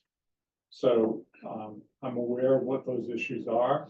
I'm aware of what the structural issues are in terms of the interactions between the levy limit, up to 2.5, and what towns can afford, and what happens when you go over the levy limit and town services get impacted, or town capital gets, capital development gets impacted. We're not looking to solve the school district problems, we're looking to figure out how to work with the school district problems and how we can balance things here. I'm looking for someone who's, I mean, it's a unique situation. I call this district the Vatican. Totally, you know, it's totally surrounded by this town, but it's a whole entity on itself. So, Yeah. So it's something that TA is gonna have to really work with and understand. And also understand the culture in Essex and where they're coming from. Yeah. Try to guide the board. Okay. I have a question, since, you know, you're a member or of, are you the chair or are you just a current member of the Concom? Forgot, you're a member of the I'm a Concom commissioner. Commission, okay. So we haven't really talked about that much this evening. When looking for no, yeah, so just conservation and that aspect of our community as part of this interview process. So I'm wondering where you think, how well are we doing in that area in Manchester, given the other priorities we have talked about at length? When, you know, if you were part of the screening committee, where is that falling on the priority list? How well are we doing and where does that fall on the priority list? in For terms of screening the TA candidate screening? for, yeah.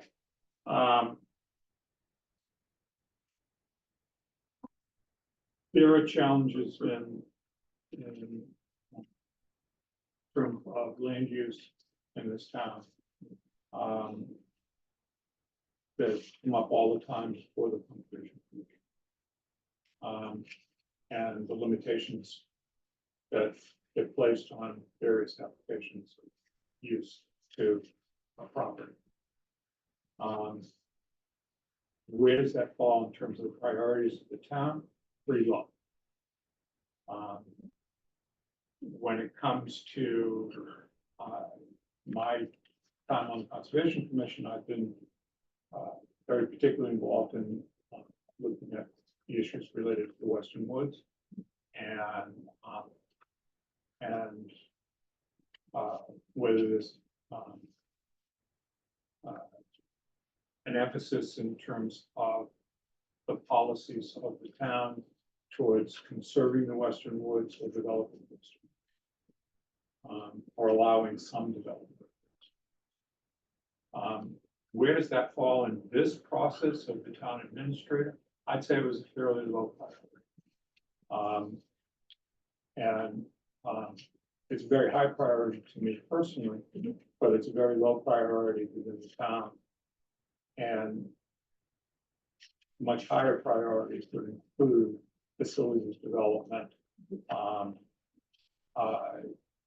revenue development, sources of revenue development. And the really critical issues of pensions and healthcare for retirees. And how those will be addressed in the future. So from the perspective of screening candidates for town administration, I would want them to have some understanding of those issues. I'd also like to ask a question perhaps about land use. Because the pressures are enormous. And we found out, some of the reactions to that when the MBTA created a task force went through the process that they went through.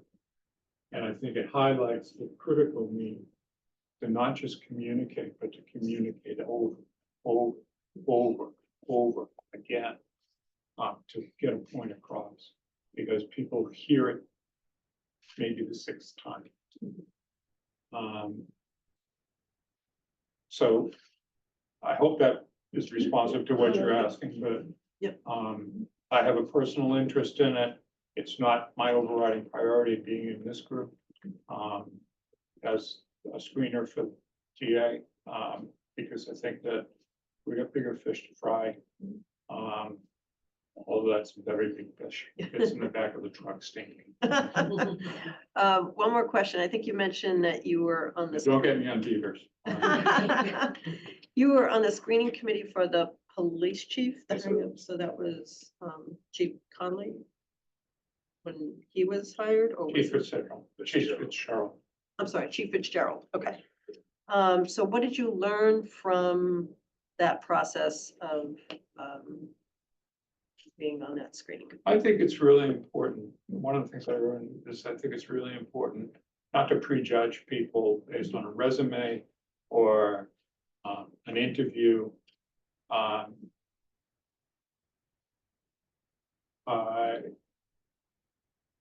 There's a lot to learn about how a candidate goes through the process of being interviewed.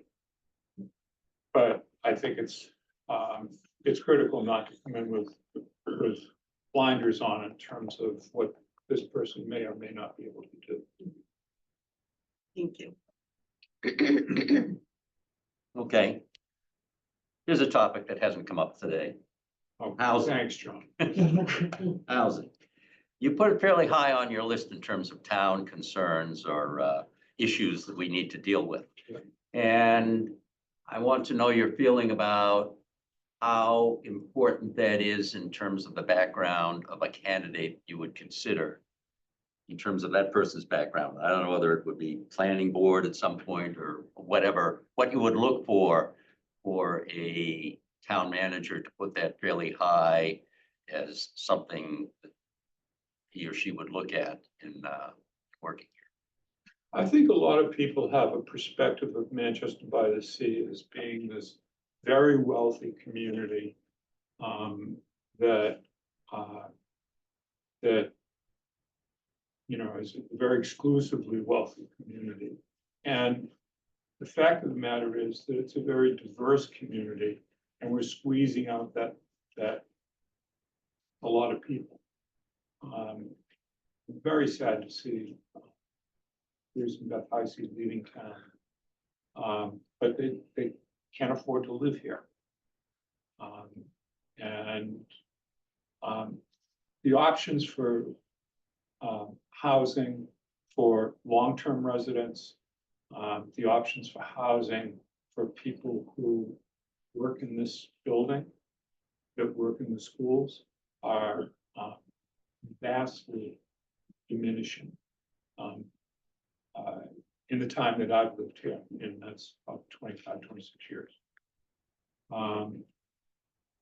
So it's a pretty important aspect of what we do in this town. To try and stem the tide of having two townhouses go in where Cargo Unlimited is. And lose the opportunity for multi-use of that property, where there could be businesses in the bottom and apartments above that are affordable to people who live here. So I'm concerned about the residents of our town who have been pushed out, squeezed out, are being squeezed out, are worried about that, afraid to leave their own homes. Don't want to manage a bigger house, but are afraid to give it up. And I would want any candidate who came in here to have a grasp on what this town is. We talk a lot about protecting the character of the town, preserving the character of the town, but the character of this town is eroding in single-family houses that are much bigger than most people can afford. And would like to hear any candidate's perspective on how we go about cracking the egg of affordable housing. I think it's as tough as the one that Brian's focused on tonight about the school district. We're a great school district here, but it's financially crazy in terms of its organization. It has its own inherent infrastructure that makes that craziness. We have a great town here, but we're losing out a lot of people who are friends of mine that I would like to be able to have stay here, but are worried about the future. To a follow-up to Jeff's comments, I think any candidate coming from anywhere in eastern Massachusetts has witnessed that. I think that as far as affordable housing in any of the quote-unquote bedroom communities like we are, it's not unique to this to town. You're gonna find that any candidate who's got any experience at all has run into that in any community. I agree with you to some extent, Brian, but I think that the perception outside of this town, if you don't live here, is that it's a wealthy town. You say, well, you know, where do you live? I live in Manchester. I say, whoa. The first thing you have to do is stop saying by the sea. Yeah, right. I say Manchester by the sea. Actually, I say Manchester by the beach. But I think it doesn't matter what you call it, but people's reactions to this, and I grew up in this area, not in Manchester, but I grew up in this area, and coming into Manchester was a big deal. You know, you felt like you had to really make sure your shoes were shine before you came down the street. And then they let me in. That was the perception. That was the All day. perception of what it was like to come into this town. And I'm bringing that up in the context of a candidate who may have that same perception that this is a wealthy town, they can afford anything. Well, I think that every retailer, there's a lot of the retailers that have failed, restaurants that have failed with that same perception. So yes, I agree with that.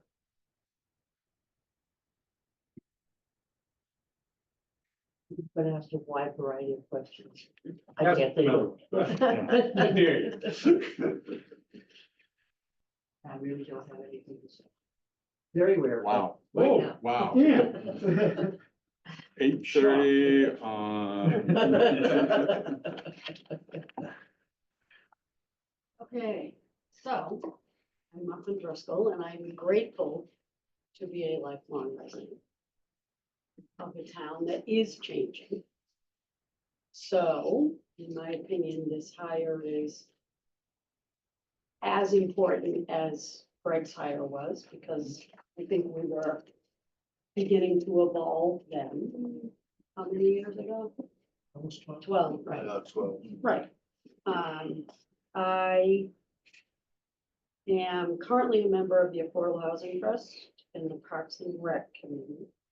I sat in your seats for 9 plus a couple of months because of COVID, when we kept postponing the town meeting and the elections. And I'm also a member of several nonprofit boards in the town here and the surrounding communities. I have experience on 2 police chief hires. I have to say 3 fire chief hires. And a DPW, a couple interim DPWs and a DPW director. So I feel like I have background. I feel like I understand where the town is. And I have a sense of the frustrations of some in the community, warranted or not. I understand those frustrations. I am a retired employee of the school district, along with Mr. BT. We actually started at Memorial School just about together. I agree with you that the school district is potentially at a crossroads.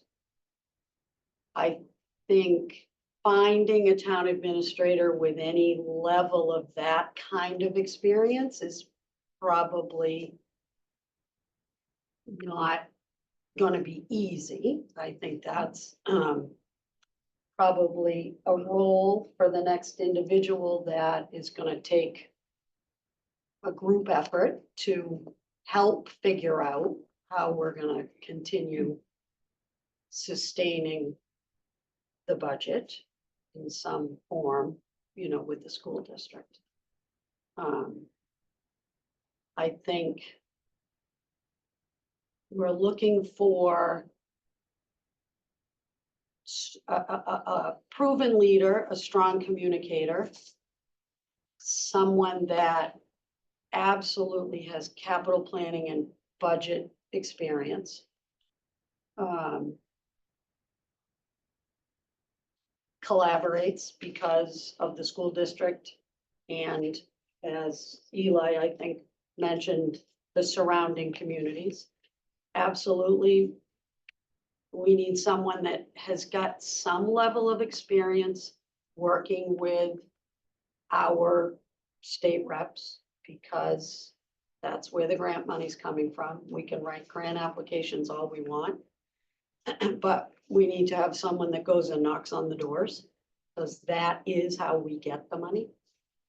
And I think we're missing a little bit of that right now, that ability or that connection to the state house. I'm happy to serve if that's what you all choose.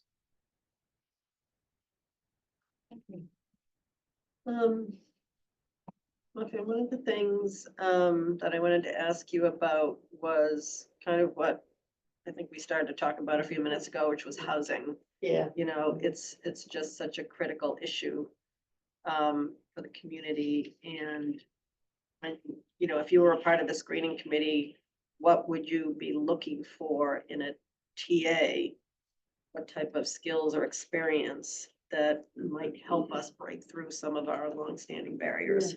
From my frustrated standpoint, Yes. with all of the housing problems.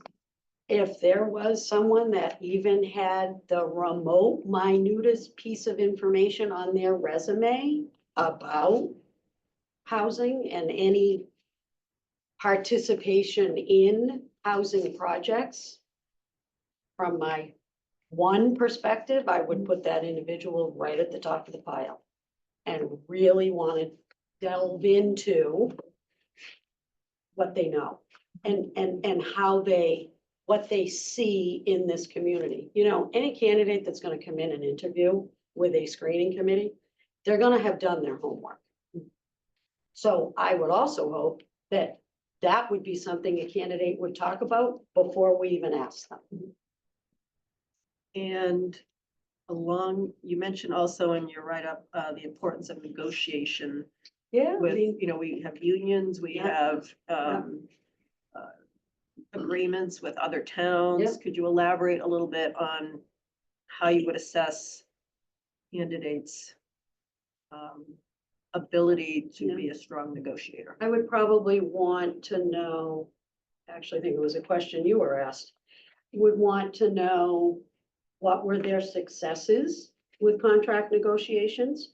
What's the process they would use? What successes did they have? What took longer than they expected to be able to settle and why, and how did they get there? And how much do they keep the budget in mind when they're negotiating? Thank you. 2 police chief searches, Stolen question. 3 fire chief searches, DPW director. I don't know what else. I'm not sure quantity is really a plus in these situations, but it's a learning Area, experience. it wasn't.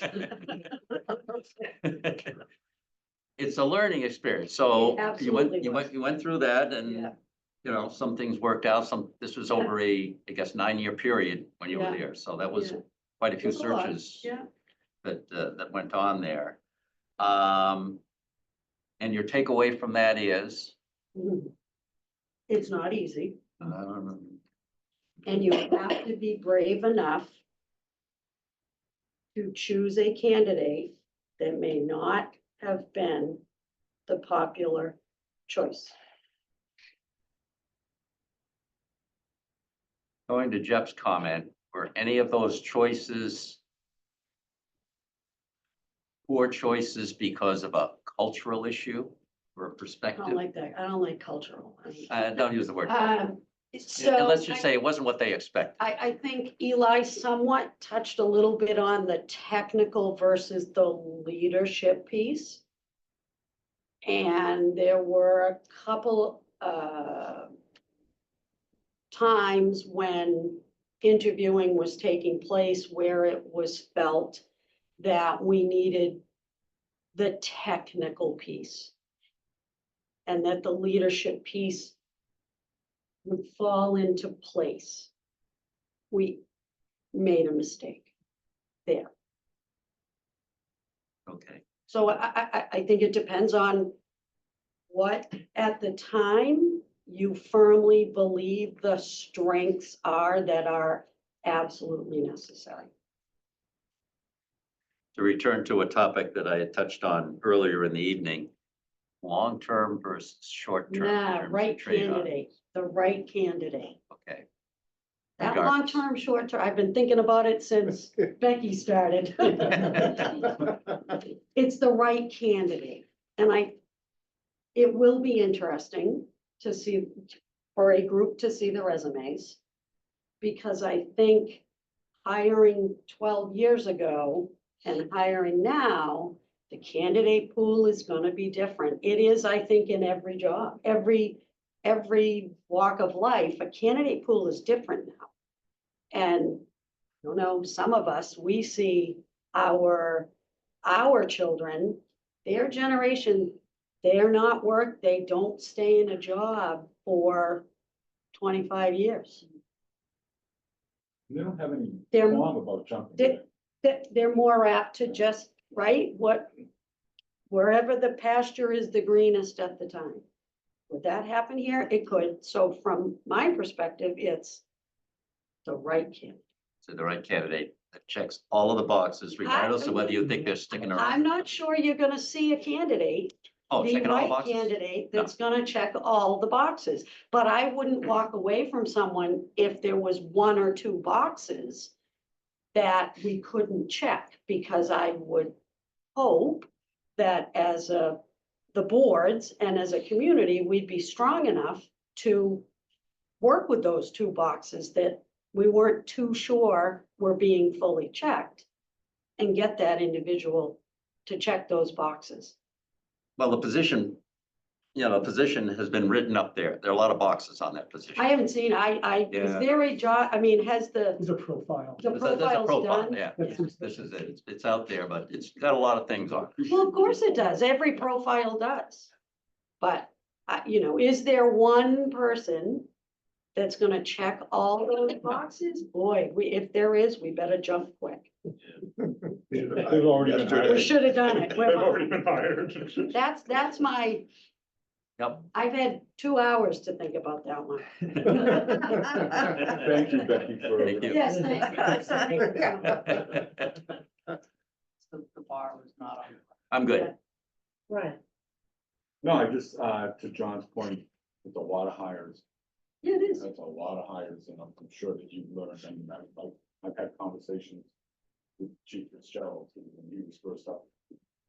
What he did say though was that in hindsight, he wasn't ready, but he learned a lot from Chief Conley, correct? Absolutely. And also conversations, Jake, when he interviewed 3 years ago, whatever it was, wasn't ready. Okay, and he certainly proved his mettle, that he Yeah. really did learn something in 3 years.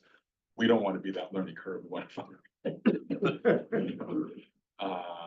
So you learned, you know, and I Absolutely. think all of you have been involved in some kind of hiring at some point. Did you say one time, did you tell me you were involved at all with Greg's hire or? Yeah, oh, yeah.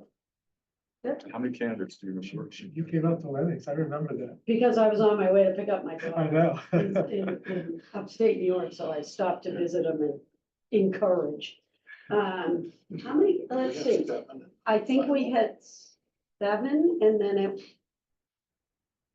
3. For his search? Yeah, then it went to 3 We went from 7 to room 7. 3 and did the interviews. Yeah. But that's 13 years ago. 7 was a lot then. We worked with a consultant.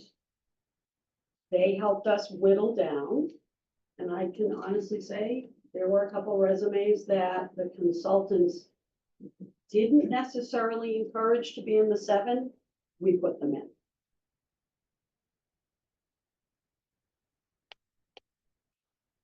I'm good. I mean, you get a ton of experience here. I don't even know what to ask because you've answered most of it. What would be your main one thing somebody absolutely has to have over anything else? Strength of conviction. Say what they mean what they say. Yeah. And follow through and proof of that, which you get out of conversations with them and, you know, references but yeah, strength of conviction, like you gotta stand up at a town meeting and know what you're talking about and believe it. People believe Yeah, but just the strength of conviction to get through a difficult scenario or situation. Whether it's a human resources issue or a, God help us, some kind of disaster in the community, you know, strength of conviction to be able to hold your ground and answer those difficult emails. Yeah.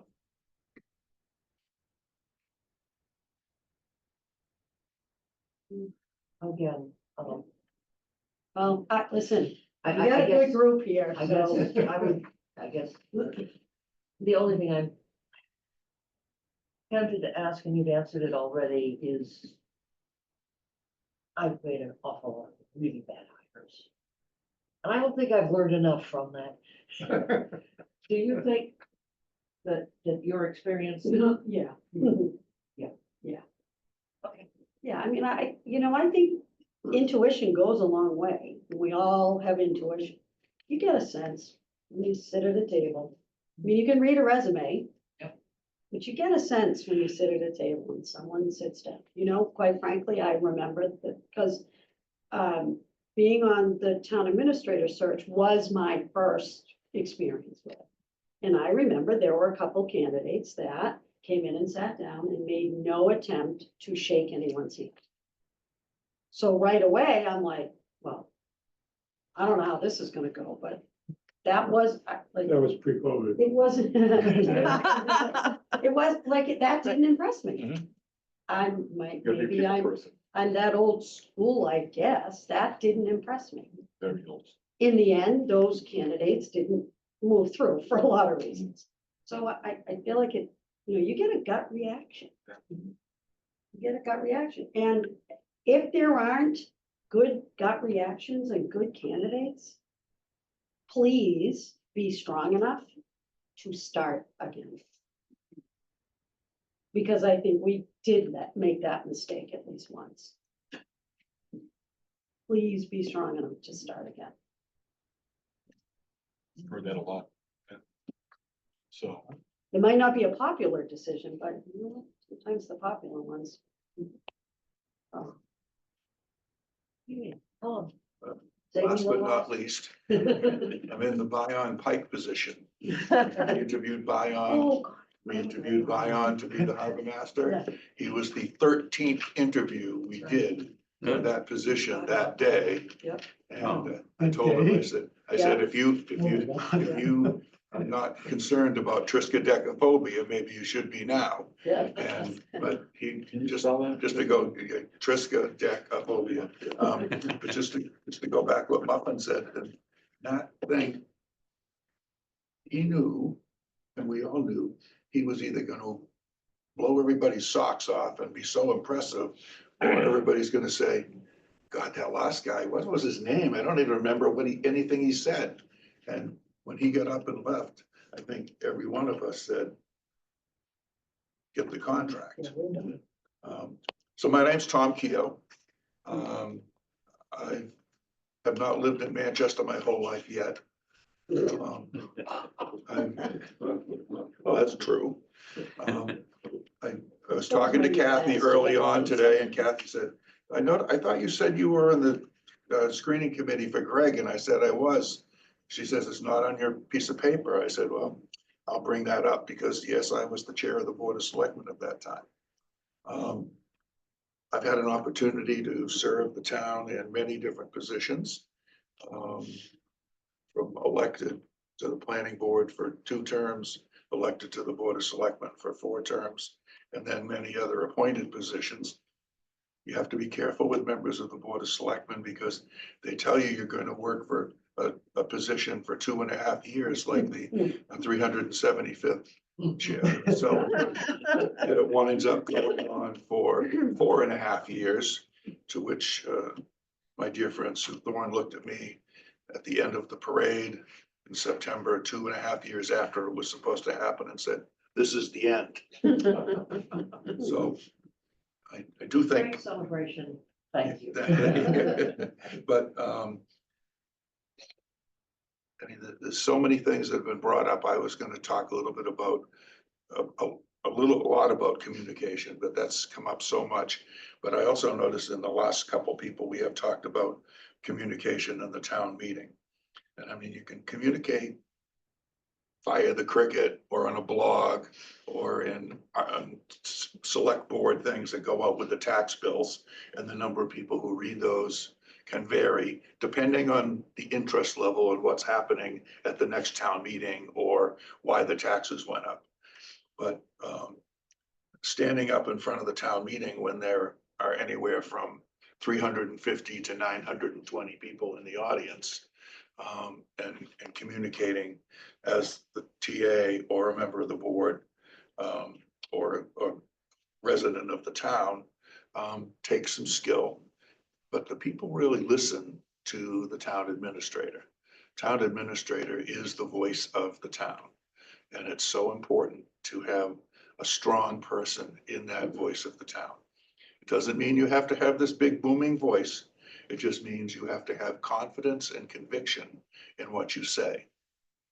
You need to be able to express your opinion, and then when someone asks a question, explain why. And when someone asks the question a second time, explain why a second time, until people understand why they're there. I put down budget preparation as one of my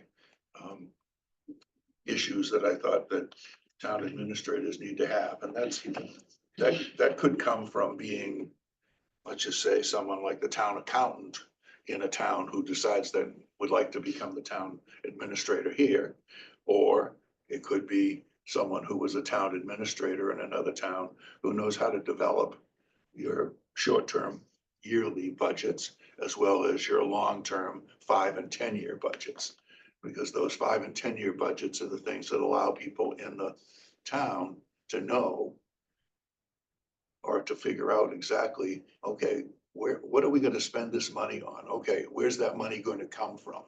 Because it's very easy to write down, you know, in the next 3 years, we're gonna have to do this, this, this, and this. But it's more difficult to write down in the next 3 years, where are we gonna get the money to do this, this, this, and this? And that's why that comprehensive budget work is important. So I have done hiring, as I mentioned before, it's listed in my work. I also sat on Chief Cramlinger and Chief Rogers hiring after I get off the fire department. So I'm certainly willing to answer any questions you have. I would consider it an honor to sit on this position and be responsible for one of the seats that does the screening for the town administrator's position. Thank you. Jeff? Well, I feel like I've known you my whole life, but. Not your whole life. Because I have. But, I'll just repeat the question. What do we have to absolutely have as skills? And what are some things that we can have somebody work on coming in the door? Okay, and I already mentioned communication and budget development. I think those are really important. I think they also need to have and either have researched what is going on in the town. What are some of the topics, you know, if someone comes in and sits down and says, oh, what's this 40B Shingle Hill project? You know, this means they haven't looked up one little thing about what the town's doing. Or, you know, what are you doing in terms of hardening the downtown area in terms of the police station, fire station, water treatment plant. I think there are certain skills that town administrators can pick up. I'm not gonna just, for example, like the Manchester bylaw in terms of land use, you know, in terms of the Conservation Commission. You wouldn't expect someone who's coming over from another small town to have a not working knowledge of that, but they should have some kind of working knowledge in terms of what the state regulations are. I think it's important, very important for a TA to have team building abilities right now, because I think, as all of us know, there is a fairly large number of department heads who may be departing within the next 2 to 2.5 years. And the hiring process that the TA will put together, the team that the TA will put together to do that, involving residents and things like that, that's going to be real important, because you need to, you know, get a hire in process, hire that person, give them a contract, and then onboard them, and then get them to be part of that team of department heads that sits down every couple of weeks and talks about things. But also that the TA also finds out a little bit more about them in like one-on-one conversations in the office, you know, after they've come on board. You know, they'll come in with 2 or 3 questions, and then you might wind up sitting there for 45 minutes or an hour, just kind of picking their brain as they're picking the new town administrator's brain to say, you know, okay, I've taken the job now, what do I really need to do? But I think that whole team building process is going to be really important. I don't know. I think you've said everything there is to be said. In 40 years, you've seen a lot. Okay. Good, bad, or indifferent. What do you envision going forward the next 10 years, what this town is going to be looking for?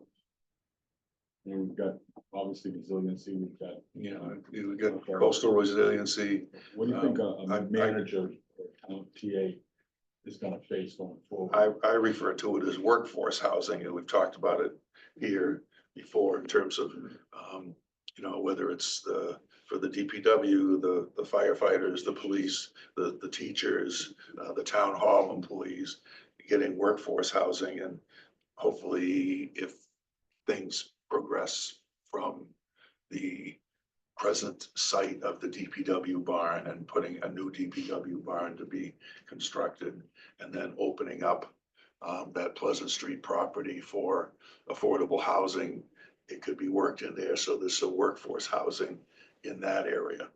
I look at the people who are presently on the police department and the fire department, and the only people who live in town live in family homes, or fortunate enough to have, someone when their mother or father had a second home and gave it to them to live. I think the police only have 3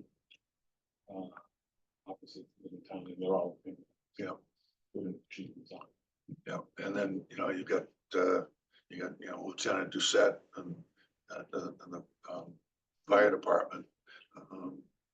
So that's not only important for them to have ownership and more ownership in the town, but it's also important for them to be able to make a faster response if they're needed, if something really goes bad.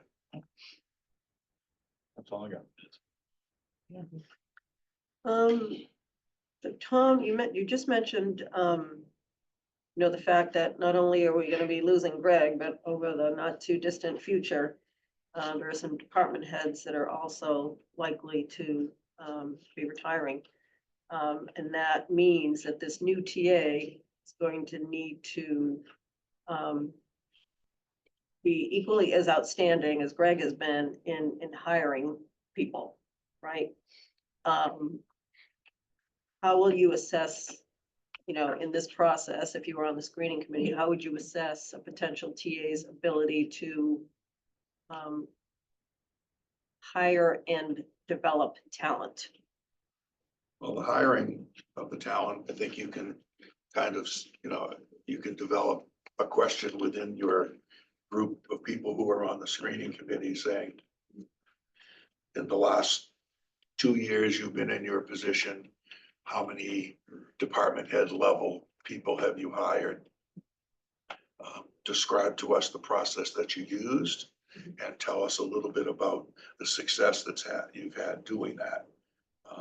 Then there would be some reference checking to find out if indeed, okay, so this person has hired 3 people in the last 3 years and 2 of them have already given their notice that they're not going to stay. Okay, or all 3 are there and all 3 are happy. You can't really kind of call up the individuals themselves and say, hey, I'm just calling from the town of Manchester by the Sea, and I want to ask you some questions. But I think you really have to say, ask them or her what the system was that used or that was developed. Was it developed by working with a firm that gave you some ideas?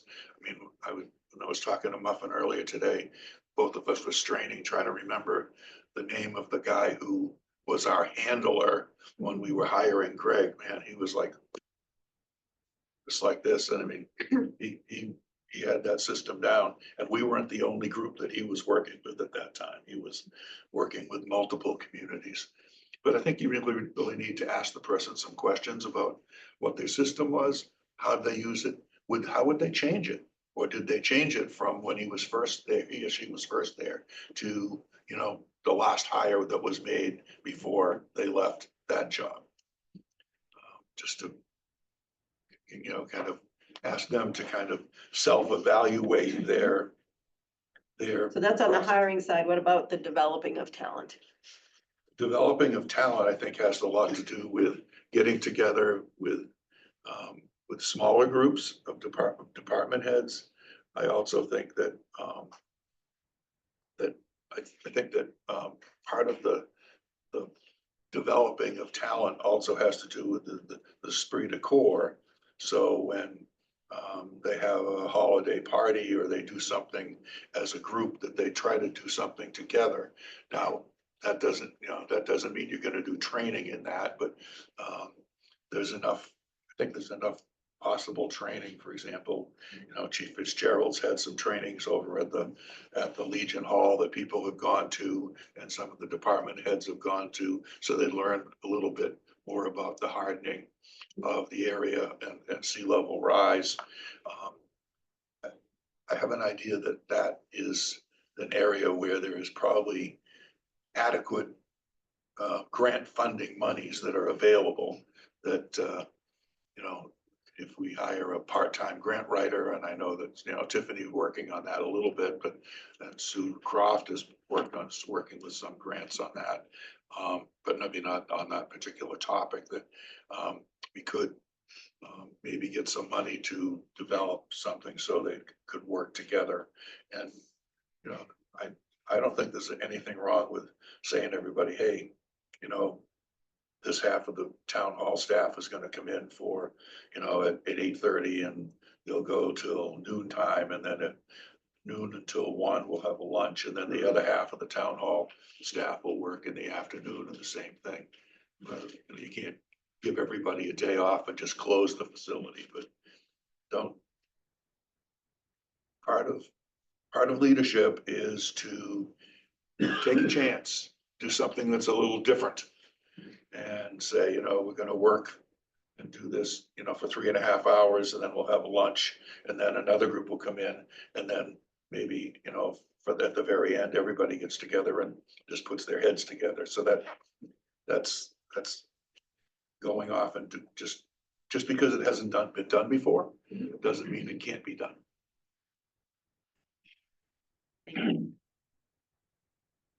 Yeah, thanks, Tom. Ask me one of those easy ones like you did the other day. I've been taking notes. I'm asking what hasn't been asked. 2.5, there'll be quite a few people that are turning over, we expect, in the next couple of years or so. We've been very fortunate here to have a pretty stable group of people. That works against you a little bit in terms of new ideas. You know, having new blood with new ideas that they bring from other towns, that's always the drawback of having a very, very stable staff. So it'll be a challenge, but like the ideas that you mentioned, it's quite possible that some of these ideas, there'll be other ideas like that that'll come along. One thing that I'm interested in your thoughts on is, we've talked about, you put down, everybody put down communication. You mentioned, well, budgeting and finances was a close second for you in terms of importance. And one thing that Greg has been looking at is regionalization. And my question to you is, how critical or how important do you think that is to the future? And would you put that in as a checkbox? If it's not a checkbox in the document, I haven't looked. But would that be something that you're looking for, people that might have some ideas or some experience in doing that in the towns that they are currently affiliated with or recently? So are you talking about major regionalization, or just regionalization, say in terms of veteran services or animal control officer and things like that? I'm going bigger than that. Bigger than that, okay.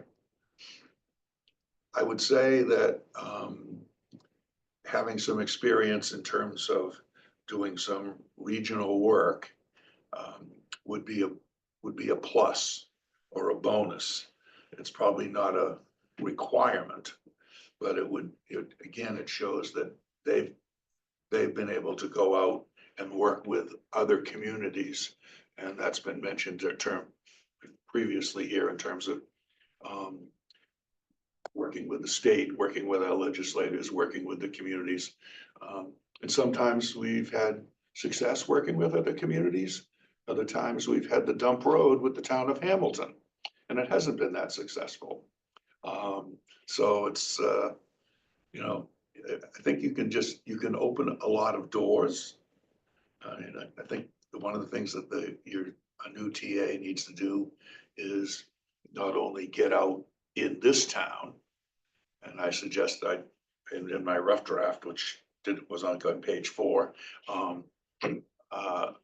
I suggested, you know, they get out and and go to some veterans meeting, or go to the Manchester Club and speak there, and go to the Council on Aging and serve the lunch and talk to some people there, and go to the Harbor Advisory Committee. But there's also, you know, the chair of the Board of Selectmen and the town administrator going over and meeting with the chair of the Board of Selectmen and the TA in Wenham or in Hamilton or in Essex. I know we know the people in Essex much better than we do the other communities. Even Rockport, I mean, Rockport's the same basic governing system that we have, except that they have about 3 times the number of volunteers that we have. I'm not sure where they get them all, but they have all kinds of committees down there. Nothing else to do in Rockport. Yeah, so I think it's a good idea, John. It would be a bonus to see that they have had some success in terms of regionalization. All right, well, I'm hopeful. I look at that as a source of, you know, some way to reduce costs somehow, and we're looking at all kinds of ideas. I don't know what will come down the pipe, but I know you served on the search committee with that found Greg many years ago, and I hope the search committee that we select for this search is as successful. Me also. I guess I'd like to ask any of you if there's something that you haven't said that you'd like to say. Okay. Someone check the clock before we end. Yeah, I didn't want to get back at it, hammering. Thank you very much. Very thoughtful, interesting answers to our questions. And I really appreciate the effort that you're putting into this.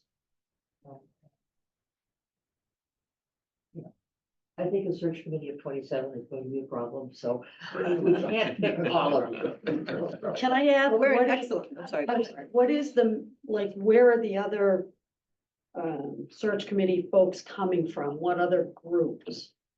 How's it being structured outside of The a other couple three. select board and a couple, Right, so that 4, and then yeah, chair of the planning board, chair of the FinCom, and chair of the school committee, And the moderator. and the moderator. okay. So a group of 8. Had to give Alan something else to do, right? Alan has seen a lot of the Yes. insides of this town for a long time. Guess he's seen just about all the administrators. I think he started when Bachman was. Yeah. Yeah, he did. He did. When Paul was when Alan first got. I just wanted to say, no matter what, we are in really good hands with respect to this Yes, screening for sure. committee. Yeah. This is And the at-large candidates, those who Yeah. stuck around for the whole meeting and those who did not. We're in incredibly great shape. Thank you all. I'm grateful, thank you.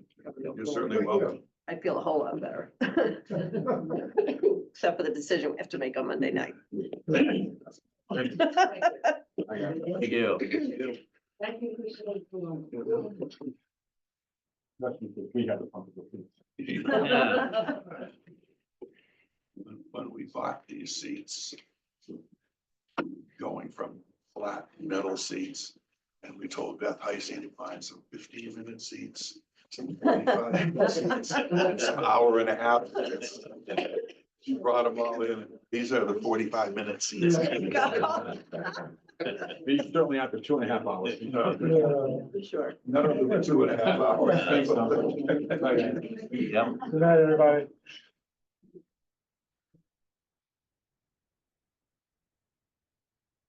So the process is Monday night, we make our decision, our deliberation. Right. Yeah. Not mine. Has it been there the whole Yeah, night? it's hard. We got really good people. Good, which is a good problem to have. Yeah. It's a good problem to The have. problem is finding. And then Dave Well, was sitting So around. we want to talk There it is. like 2 minutes about how we go about making the decision. you know, personally, No, it's, that's not mine. it's been my experience that when we have to do something like this, and you have a plethora of equally qualified candidates, what's important to consider is making you sure that you have the right representation from different groups in town, diversity of thought.